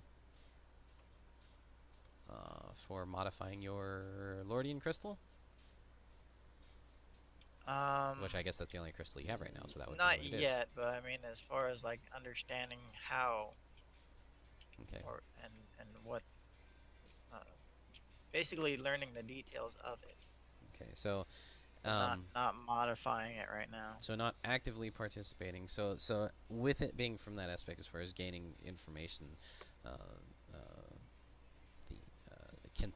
the Canthanis construct, we'll call it, from the holocron would explain to Ator that the sort of process of it is that the user would remove the crystal from the lightsaber so that they could focus directly on the crystal. And of course, once you've installed a crystal in a saber and all that kind of stuff, it's not a too complicated a process. Just using the proper care you're supposed to, etc. But and he would explain that you would take the crystal and place it in front of you and begin meditating, concentrate, stretch out and feel the energy of the crystal through the force, and let that energy flow back and forth between you and the crystal, and become more and more, allow that energy to strengthen between you and it, and then through the strengthening of that connection, then through the force, guide and mold the energy that you feel, toward a specific intention, basically. So, and that would be the explanation, which would give you a greater understanding of how you can attune a crystal toward your specific, tailor it more for your specific use. Okay, so she senses that she's almost ready, but not quite ready to try to manipulate the crystal. Okay. All right. And since she failed on whatchamacallit, failed to find the sister stone when she tried to seek for that, she decides that she'll try to find Cortosis, since she's on a planet that she's unfamiliar with, and she's going to try to seek to see to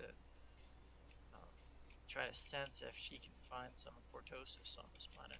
Okay, so just armor. okay, so just to kind of keep with the sort of general timeline of things now, are you like This when is after all that's done. like just before she goes to sleep.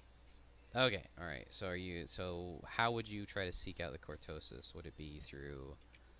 My seek power. Oh, okay. All right. Um, Uh, hang on. or do you think that would be What's the? appropriate for this? I'm kind of. So I'm trying to remember. For one, how would she be aware of the cortosis? I'm curious. Just and this is basically what I'm getting at is, I kind of Be aware of the cortosis to be from the aware of its holocron existence. The beforehand. Oh, okay. That's right. You asked about that, didn't you? Or you asked about different Yeah, materials. yeah. That's right. That was a while ago. Okay. Because of the lightsaber and um, because of our interaction with that other guy. Right. That's right. You asked about it. Is there anything that could help protect us or anything like that? Yeah. That's right. So you gain the knowledge of the cortosis through the holocron. Okay. All right. Yeah, I think I'd allow a As seek. far as seek is it's weird though because it says the Force user allows the will of the Force to lead the way to something lost or forgotten. But then it says on the right below that the user may spend 2 Force points to gain insight into the general location or direction of a person or object that he knows about, regardless of current distance. Right. Yeah. So no, that's fine. I'll let you do a force power check. I need to check something real quick before you do that check. I got to check on the rarity of it, basically. I think it's like an 8 or 10. I think it's an 8. Can't remember for sure. Gear equipment. It's either 8 or 10. Find out right now. Oh, ouch.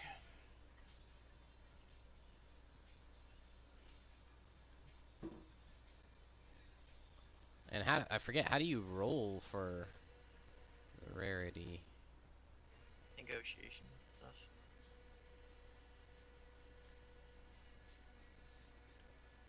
Okay.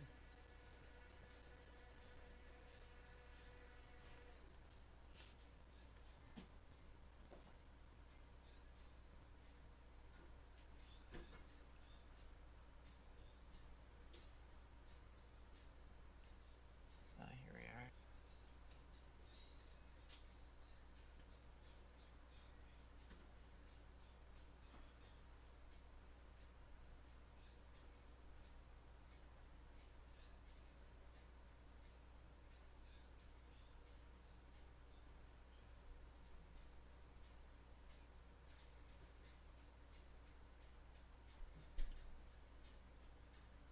Trying to find the cortosis thing in the... Oh, that's not on this one.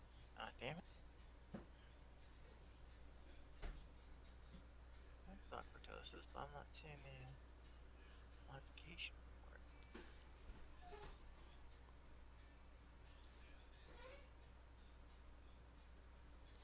Let me see.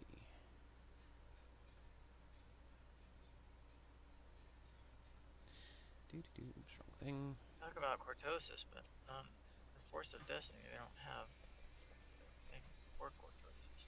Fine.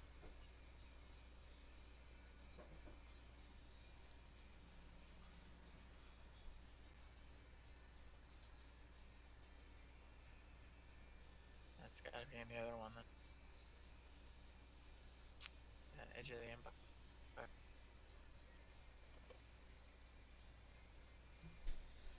Cortosis weave can be added to a suit of armor for a mere... I found this on Reddit, so...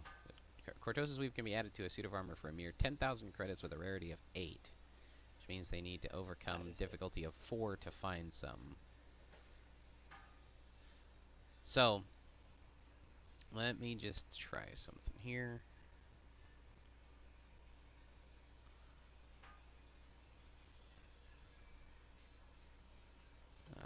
You said it's like a negotiation, isn't it? Yes, I believe so. Okay. Alright, so...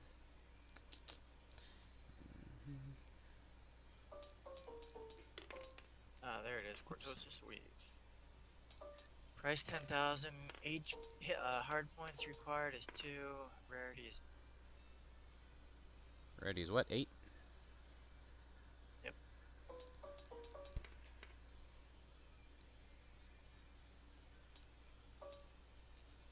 Alright. And I'm doing a... So the rarity of 8, that means... Is it right that the difficulty is supposed to be 4 for the check? I'll double check that. I think that's right.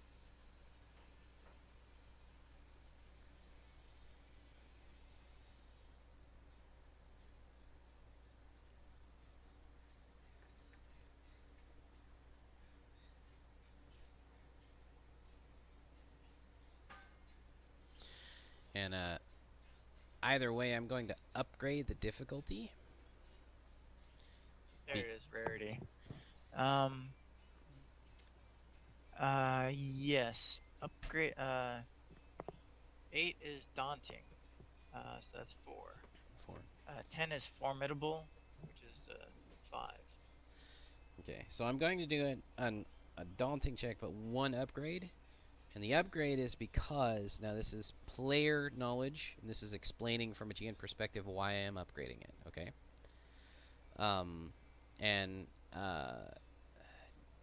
Garen and Exodus would have this knowledge because as they were having the conversation with the dignitary sort of explaining sort of history of, a general history of this, you know, this city, this building, and the Adamar in general. That Adamar prides itself on standing, like, what do you call it? Being self-sufficient. Like they don't. If they have any trade off world, it's very minimal. They're somewhat xenophobic in nature. And they pride themselves on being an independent planet, basically. Gotcha. Okay. So it would be you know, having cortosis would be very, very sort of a rare thing.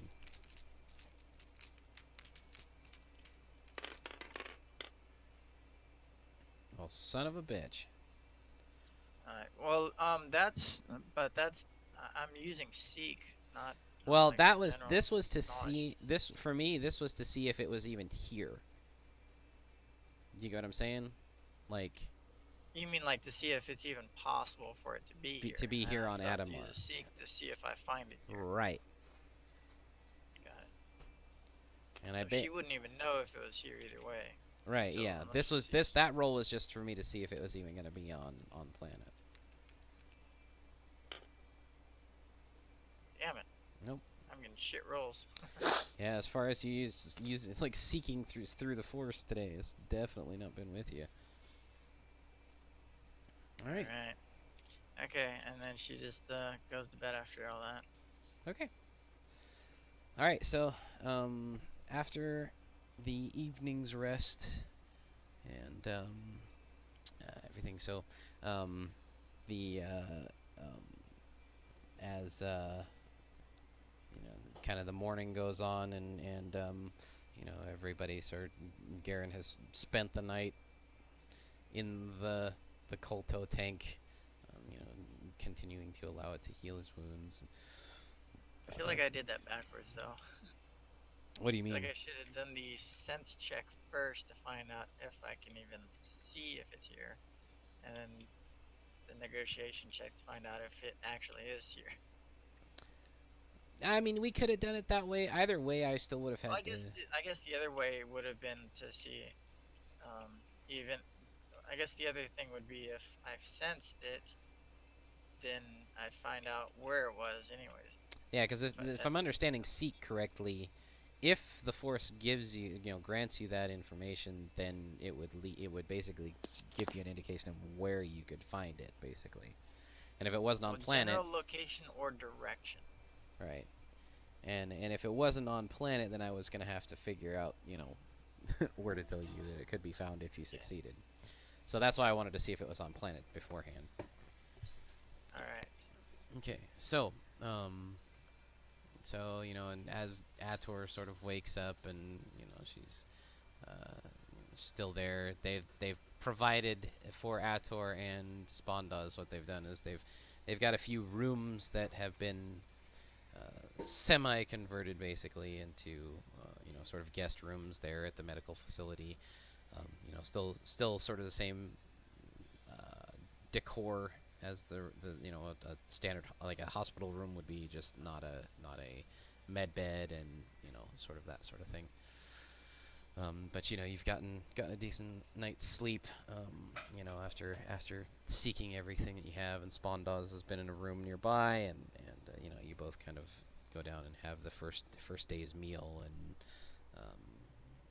or the first meal of the day, and then head down to visit Garen. So with for Ator, I guess she would be in the morning. I guess she would just get up, eat something, go check on Garen, who would still be in the back to tank. Right. Or not back to tank, but the other tank. It wouldn't have Colto, yeah. quite been 24 hours yet. Right. And he kind of looks at her through the glass, and he's just kind of like, still the only thing that's keeping him from being extremely exacerbated and annoyed is just his typical, his typical discipline combined with the discipline of his training and the meditation and everything. So he's still not as disciplined a Force user as he could be in his development. But he's getting better. But at this point, he's still mildly annoyed a little more than he should as a Jedi in training. And then Athro would check up with Spondaz, and then she'd head back to the ship because she's perturbed that she hasn't been feeling a strong sense of the Force with her. She's been on this planet.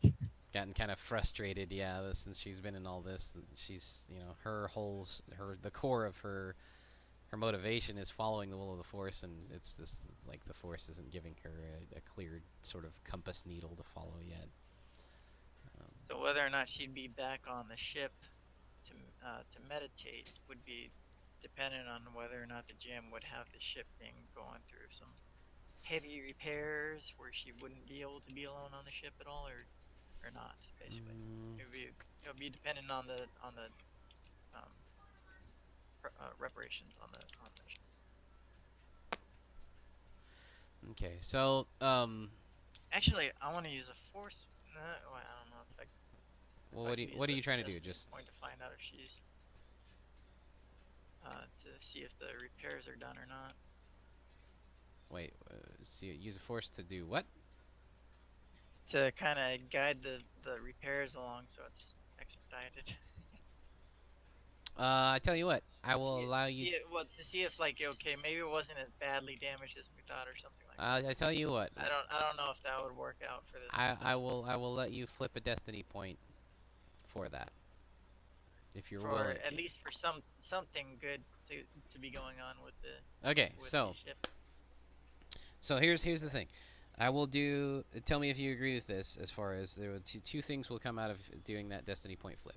Okay, one is going to be that yes, the repairs would have gone quicker and smoother than expected, so that she would be able to go back to the ship and sort of have privacy to meditate. Two, I was gonna do a mechanics check for the basically I was going to reduce all down to all but we'll say 5 points. And the reason I'm saying this is because, again, the technology would be unfamiliar to them. So it's going to remove all but 4 points. All but 4 points of hull trauma. And this is going to be on the flare too. And all system strain.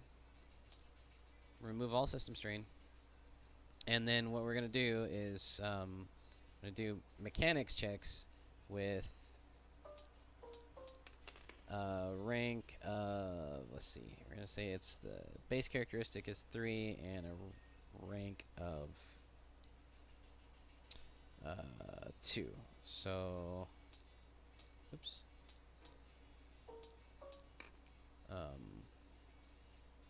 far as mechanics go. And then I will add a boost die for flipping that point. Does that sound fair? Yeah, I'm good for anything. Just I just want to flip the destiny point to see destiny on our side, having to do with anything to do with the ship, basically. Okay. So So up to whatever the GM wants to do. okay. So what I'm doing is basically their stats are 3 in what is intellect, because that's what mechanics is based on. I'll have you know, Matt, me and him both flipped 3 freaking light side coins, and I flipped 2, which it was the only time during this entire session that happened. All right. That's funny. Okay, and then so base intellect of 3 with 2 ranks in mechanics for these mechanics working on the ship. It's hard difficulty for them because it's it's not typical technology. But adding the boost die. Actually, no, because the boost die doesn't feel right for a destiny point flip. I'll upgrade that last one. We'll do it that way.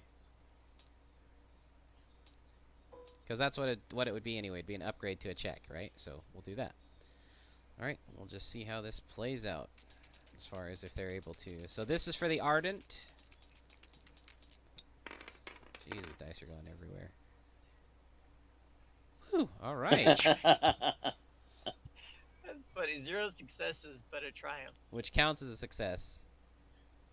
So since it was a triumph, we'll add 1 system strain back to it from that threat, because we'll say that because they're unfamiliar or whatever, basically they're damaging testing the damn systems. Yeah, right. As they're testing things out, they're like, oh crap, send a charge through the wrong, power port or something like that, like wrong You could polarity. even be particularly evil and say that you don't know what that is yet, and then all of a sudden you find out they put some freaking bugs in the damn program. Yeah, something. Yeah. All of a sudden, at a later date, our shields aren't working. And I will remove 2 of those last hull trauma for the Triumph, and we'll do it like that. So that's for the Ardent. And it's going to be the same check for the Flare. Matt, you get to roll this one since it's for your ship, and we'll see how it plays out. Okay.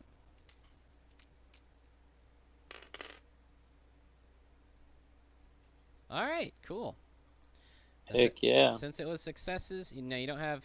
Go ahead and clear that system strain. They didn't. Yeah, they got that all cleared up, and reduce that back down to 4, and actually just go ahead and reduce it to 2, since they those 2 successes are the 2 extra points of repair.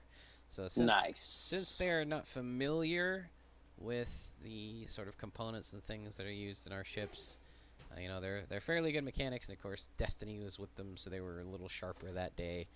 But they weren't able to completely get everything quite back up to tip-top ship shape, because of their lack of familiarity. But they were able to get the 2 ships. But it is an older ship. True. Yeah. So they're a little bit more familiar with it than some of the newer models. True. Well, not. Their familiarity with technology would be more akin to the old Republic. So well, why don't you shut up, okay? I'm joking.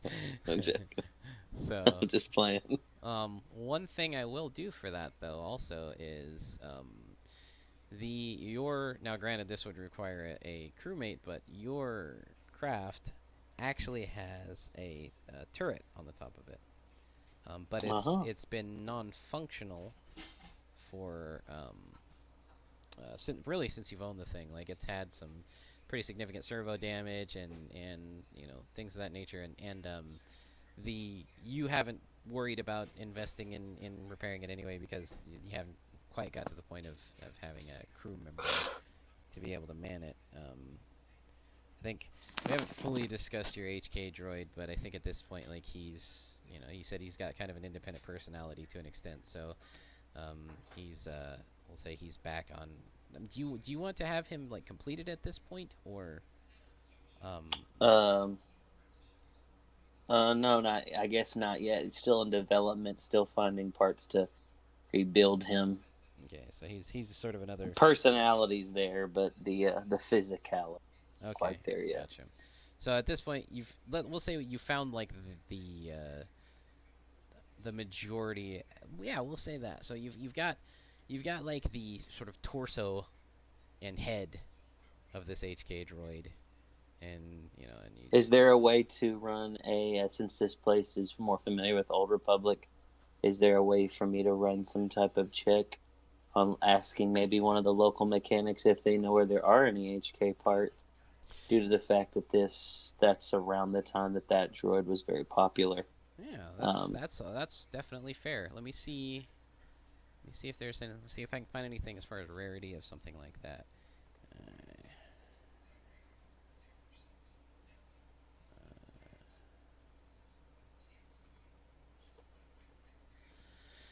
Let's see. HK series assassin droid. Let me see here.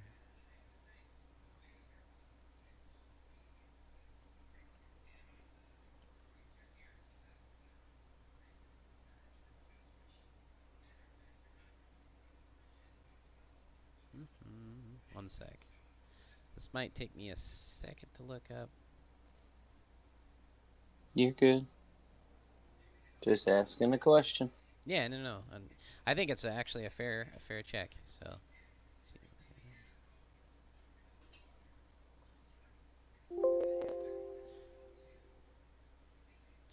All right. So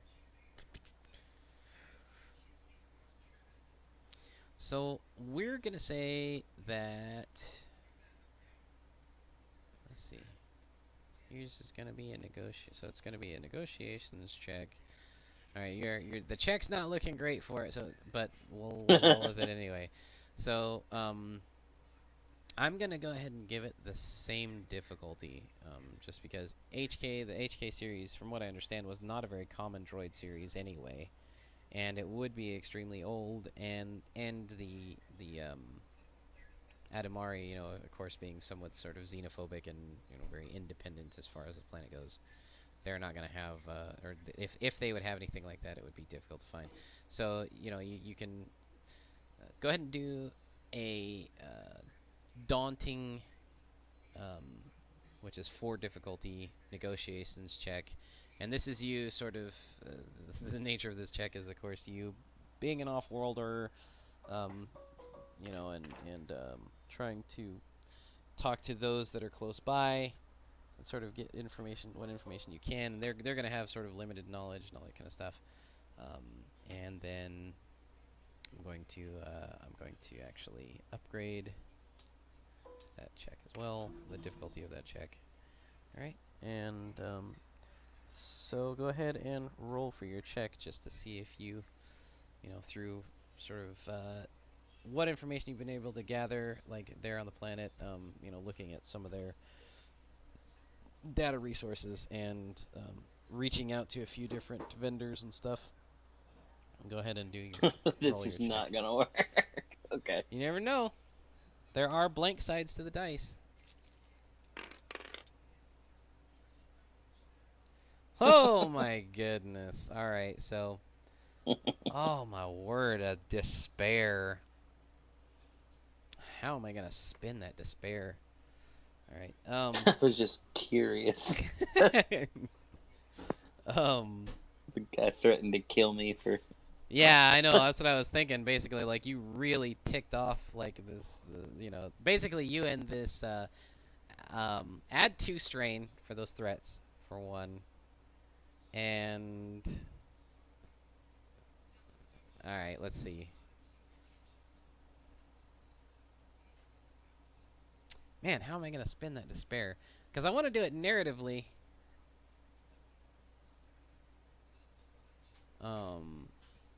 Okay, here's how we're gonna spin the despair. Add 3 system strain to. Whoa! What did you do? To the flare. He went to check for a. He's got an HK series droid that's another side project of his that he's been working on, and he's got like the head and torso, and he's trying to find parts to he wants to kind of put this together and stuff. Did he just blow it up? No, what he did, because it's back on his home planet. He doesn't have it with him. But he was reaching out, like trying to find out, if they had any parts or whatever.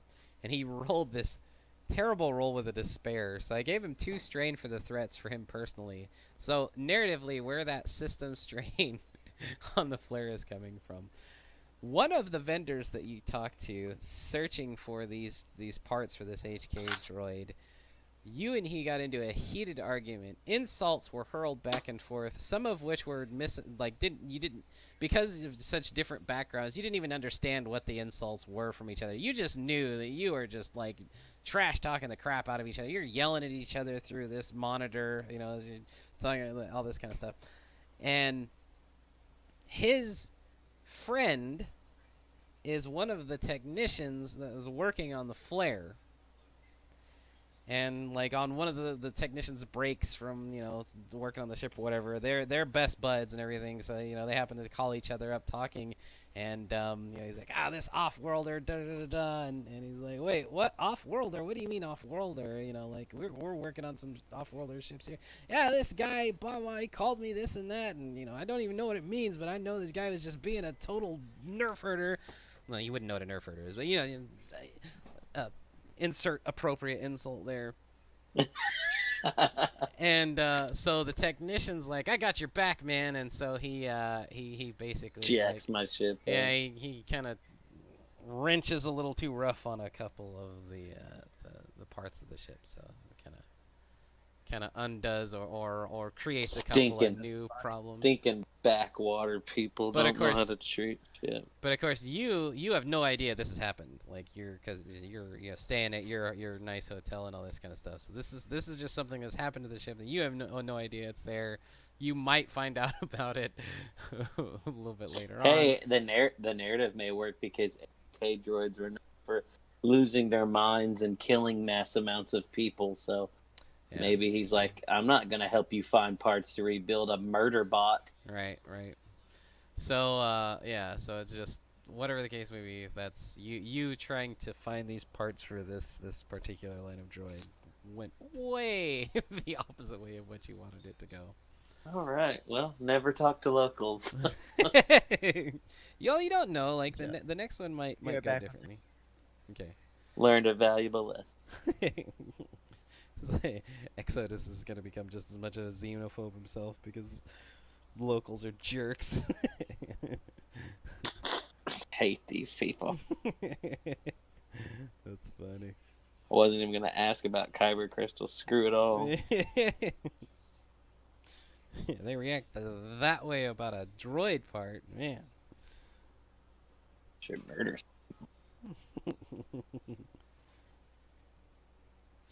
All right. Back. All right.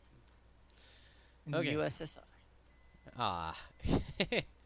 Wow, didn't you just that was a Beatles song reference. You hate the Beatles. I hate the Beatles. Yeah, I don't care for the Beatles myself. You bunch of haters. All right. What the hell was it? Someone else was singing back in the USSR or some shit like that. I think it was like a Russian thing singing it. Oh, yeah. Or a Russian woman singing it. Huh. Trippy. All right.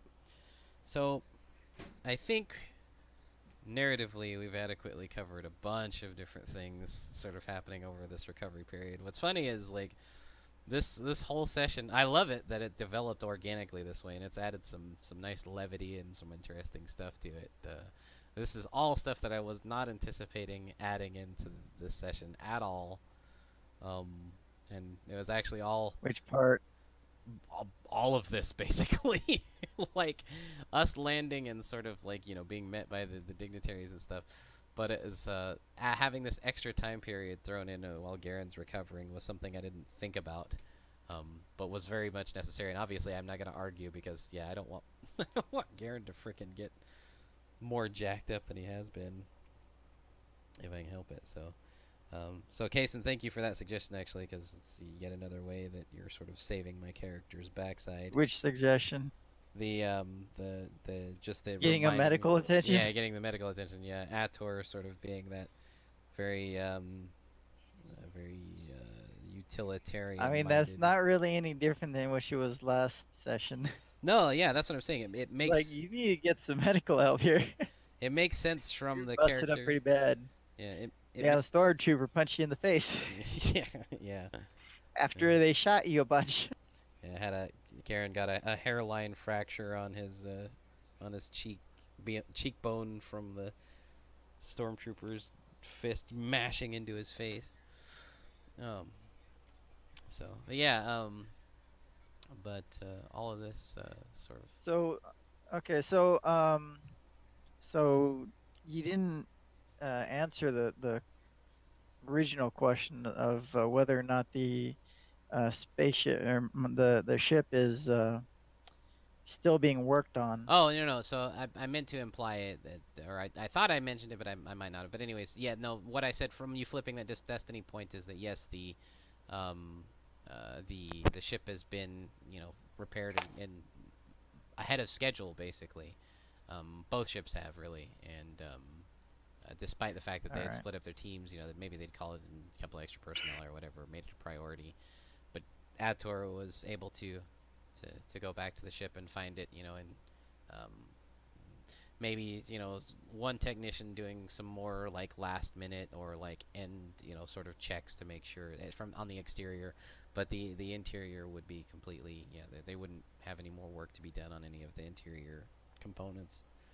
Um, Okay, then she's gonna go on the ship and meditate the rest of the time uh, until Spondaws and Garen get back. okay. So she's gonna seek. She's gonna try to now that she's back on the ship. She's gonna hope that she can feel the force a little bit better Yeah, sort of have and her kind own. of distance herself from the planet and try to seek again for the missing or the sister stone. Okay. All right. All Oh right. fucking There you go. Finally. that's what it was. It was the damn planet. So bringing herself back into familiar surroundings, having uh, having the ship that she's partially called home, really, because we spent so much time on it, and it's been sort of a place of refuge amidst happenings of It's familiar, danger. Yeah, she's able to familiar, familiar setting. harmonize much more effectively, and as she sort of reaches out through the force, and she's also she's got kind of part of her concentration on the crystal within her saber, because that's she's following that echo, and the sort of the tendrils of connection between that crystal and the other. She's able to hone or follow the guidance of the force, sort of vague visions of stars and distance being traveled. And let me look here. This is something I should have been anticipating, but wasn't as much as I could have. Oh no, that's fine. You can decide later on what it is that she saw. In the meantime, we can go on with the others. Okay. Well, yeah, I can look into it a little bit more, but basically we'll say, let me make a note in my GM notes here, so I don't forget about this as well.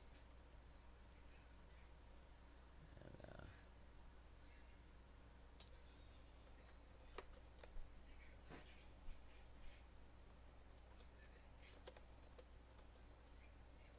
That way we can get back to the others. So that's what she's doing. So what's everybody else doing now? okay. We'll come back to Exodus here in a minute.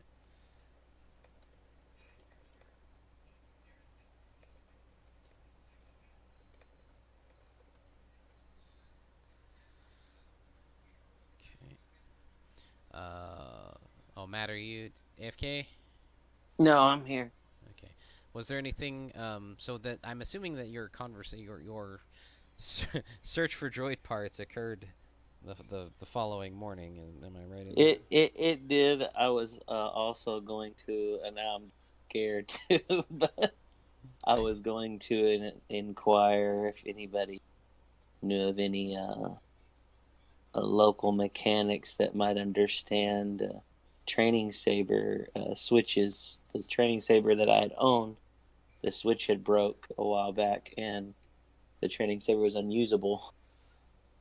So So I'm gonna tell you right off the bat that that the check's not even gonna be necessary because the uh, the even with the sort of the some of the this is more for player knowledge. Like if you were gonna see if your character knew this, it would be a check. But um, with the history of Adamar, like it's they're so isolationist that like they were reluctant to accept visitors from. You setting up your check. um, I'd laugh my butt off if 20 failures. And a despair. It's like they shoot you, you're dead. The Yeah. game's over Yeah. for you. Leave the table now. No, I'm just No, playing. no. But, That was just a joke. Yeah. No, they were so isolationist that like they would barely entertain ambassadors from the Republic, and most of the time it was just sort of to be polite in a way. And they definitely never accepted a Jedi presence. Like maybe once or twice just to see what they were about, but they never All right. actively allowed. So they would have there would be no way you would get any sort of resource or anything. Fair like enough. that. No, Thank you. Exodus just had a stroke. Gained 20 Yeah, he's strain. dead. Yeah. 20 Gained 46 strain and No, die. he didn't die, but he has no use of the entire left side of his body now. So Yeah, his got his face his his face droops. he drools a little bit out of the corner of his mouth. his internal organs seep out of a hole on the side of his rib cage. Alright, since Off- all that's off. a failure, what are the other two guys doing? What's So- Spondaz and Garen doing? So now that we've kind of got everything worked out as far as what everybody's been doing, because Spondaz has really just kind of been hanging out around the hospital, kind of, he's very much a go with the flow kind of person. He's kind of just checked on things and got general information, but really just wanted to stay there, keep an eye on Garen, and as his sort of motivation is in his devotion to the resistance. He's staying with his sort of group leader. So Garen, finally having recovered from his wounds and gotten the okay from the physicians there at the medical facility, emerges from the Kolto tank and sort of gets dried off, and kind of he's back at good condition. He spent time meditating in the tank, so he's actually taken even further advantage than just general healing, and created a stronger bond with the Force, and which is basically a narrative explanation for the way that I've further invested experience in him. And regathers his things, gets his belongings together, and then basically asks for transport back to the municipal building because that's where he was instructed to go. And Spondaz tags along with him. And they make their way back to the municipal building, and as they're on the ride, Garen, radios over the frequency over the comm link to both Ator and Exodus that he's on his way back to the municipal building. To I'll meet you guys there if you're if that's where you guys are ready to be.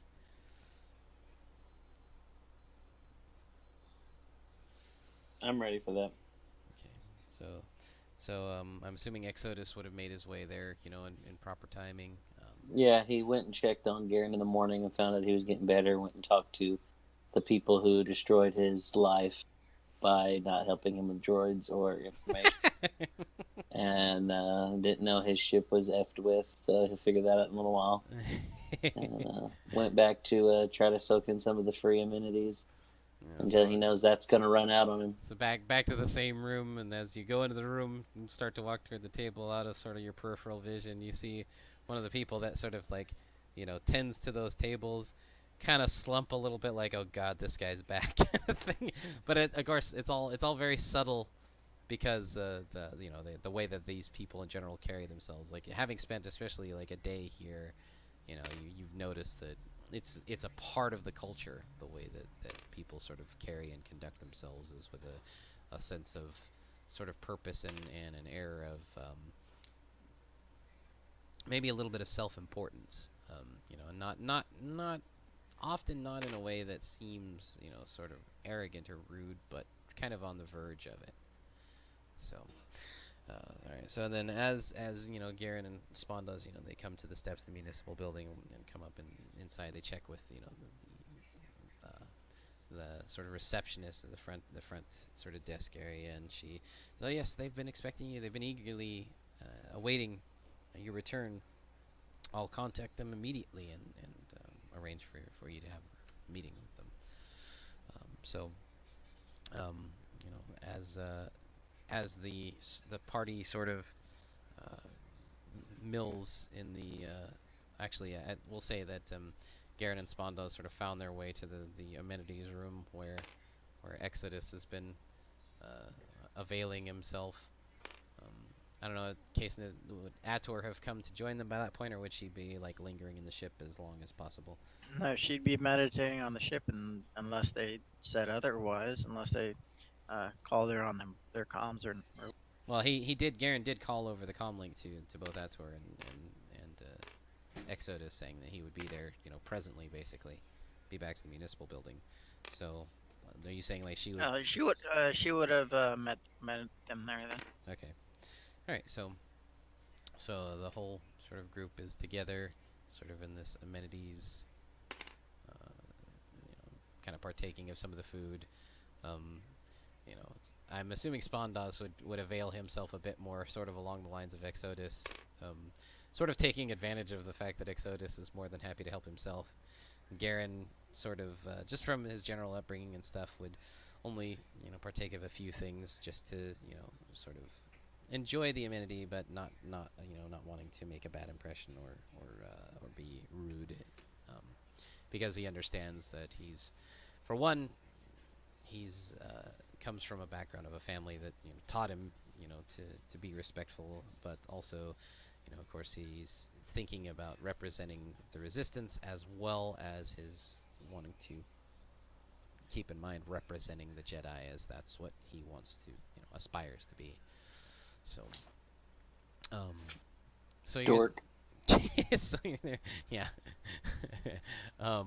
So you're all there, sort of enjoying the food, and then an attendant comes through the door and says, "The Parator is ready to see you now. If you will follow me." And so Garen, nods and sort of heads that direction. I'm assuming the rest of the party in tow. As Sundown grabs one last chicken leg. Falling behind them both. And leads them into this room here. And as the party enters this room, and this is really going to be sort of where we're going to end the session, because we're getting right close to where Matt's got to leave. We got 15 minutes. Well, we'll delve a little bit into it, but I don't want to start opening stuff up too much. You know what I mean? Like, I want a good sort of stopping point. So. Oh, leave us with a good cliffhanger. Oh yeah, no. So as you come in, you see this woman who's of somewhat diminutive stature, but she definitely carries herself with. You see a sort of a generally sort of determined and purposeful air in her posture and in her the facial expression. Really, just you get a sense just looking at her that she's very matter of fact, and has that level of self-importance to her. And she says, she says, "Thank you for coming. I am Parator Geneth Vendral, and from the people of Cartan, we extend our utmost gratitude for your bravery and honorable actions. And I would like to extend my personal thanks for seeing to the the safe return of my son." And she kind of motions to the sort of the side of the room, and you see that the young man that you uh, j- rescued with a group of prisoners is there as well. And he nods, doesn't say anything, but he nods in acknowledgement and gratitude to your assistance as well. And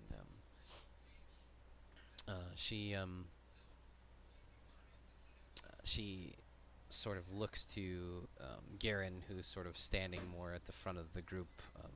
Just kind of the way that the group generally comes together. He's kind of just ends up in that position, which is how it kind of works. Anyways, and she says, "I understand that you represent the resistance." And he nods and sort of adds a little bit of a bow to the nod. He says, "Yes, we are members of the resistance, and we are happy to have been of assistance, and been able to be of help to your people." And she sort of um, looks to Garen, and there's a bit of a piercing sort of nature to her expression. And she says, "I understand that the resistance is looking for supporters. I might be inclined to lend my assistance, but I need some assistance of my own.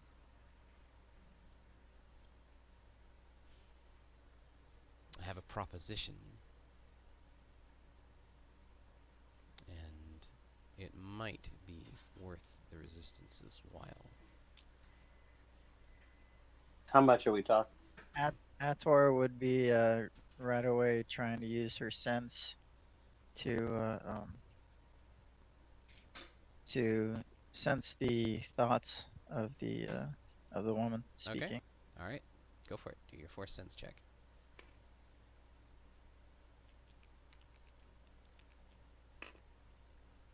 Oh, son of a bitch, you got it. Oh, damn. I was hoping you wouldn't get it, to be honest, but that's okay. So now, does it say to? Okay, so let's see. What does it say? It's right here. Senses the current thoughts of one living target with whom he is engaged. Which okay, which thoughts or emotional state? Where does it say thoughts? Huh? No, Oh, sense. under the control. Under Okay. sense, look under control there. Control. Yeah, on the. Okay. So, And if you don't, and it works even if she's not engaged because she's got the range the range increase also. Right. Yeah. So, all right. So, as Ator, as this woman is sort of, you can tell that she's sort of maintaining control of what she's saying. Like she's being very deliberate in how she is structuring the way she words things.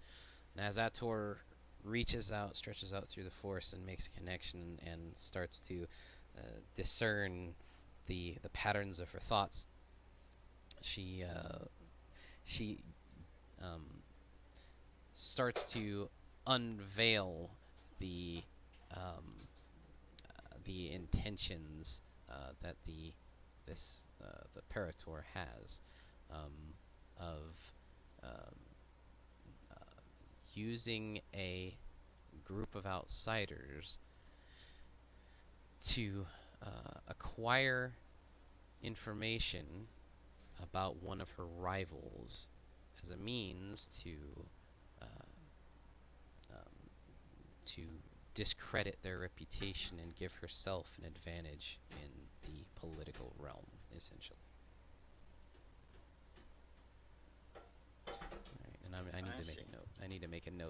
this. Your damn sensibility and the curveballs it throws. Isn't that is the thing it says? It specifically says that in the thing. Yeah, it Well, we says can stop thoughts. here so you can figure out now that you've gotten my both mine and Matt's sense of what we're up to and our thought processes on this situation is. This would be a good time to stop and you can figure it out for next session. Right, yeah. Alright. Cool. So, I mean, if you want, we can just pretend that that's not what she was thinking either. We can figure it out next session Well, exactly how you yeah, want her I can thoughts. I can go over it. I don't think that's necessarily an issue because just because Ator was able to read those thoughts, it's there's still what Ator is going to do with that knowledge. Whether or not Ator is going to continue to listen to what she has to say, or whether she's going to speak up, or whatever the case may be. But yeah, so we will leave Oh, all I that. can tell you right now, she's not gonna interrupt unless she thinks that we're in imminent danger right now. So unless the lady's thoughts are, I'll distract them right now while someone comes in and kills them from behind. Unless it's something like that, where Mm, we're in imminent danger, she's just gonna keep it to herself and mention it to the party later. right. Okay. So that way you know exactly what Right. her uh, thoughts or her intention. Right. And Matt wants to know what the money is. Right. Yeah. Yeah. Matt's all about. I heard somebody said compensation somewhere, and Yeah, are we still gonna I, be talking about yeah, I really want to circle compensation? back around to that. So. Not to be mean, but I didn't have to do it. Saved some pretty important people's lives. You guys working on my ship, I appreciate that. The food's been nice, but they said compensate. What? Can we get paid first and then talk about this job? I'm not Okay. trying to be rude. Does everybody understand? I'm not trying to. Is there a translator? I don't understand. Is there a droid? Does anybody have a droid? Does everybody get Garen? Can you speak? Can you speak there? Can you speak butthole? I don't understand. Can you speak their language? You speak Ace Ventura. Exodus, let me try this in your dialect, and turns around and bends over. Okay, I'm going to save table. That was all in a whisper, just to the local team. This is just yeah. This is all. This is player. This is meta. This doesn't have. Yeah. This is me leaning over to Garen and being like, "Are they still gonna pay us? Are we getting money, or was it just like the ship and the food? Like that's okay, but like they said compensate. I just assumed." Yeah, which we still I do have in mind to have a conversation between Garen and Exodus, because that's definitely character interaction that Matt and I have really been looking forward to since we were talking before we started the RP way back when the first time we had these sort of character ideas for quite a while. 2017. So, yeah, it was like 2 years. It's like, let's do this. So. Oh, we're gonna do it. Ah. No docking bays needed. No couplers. No nothing. Gonna be a lot of docking. All right. I'm ending the stream right there. A whole lot of docking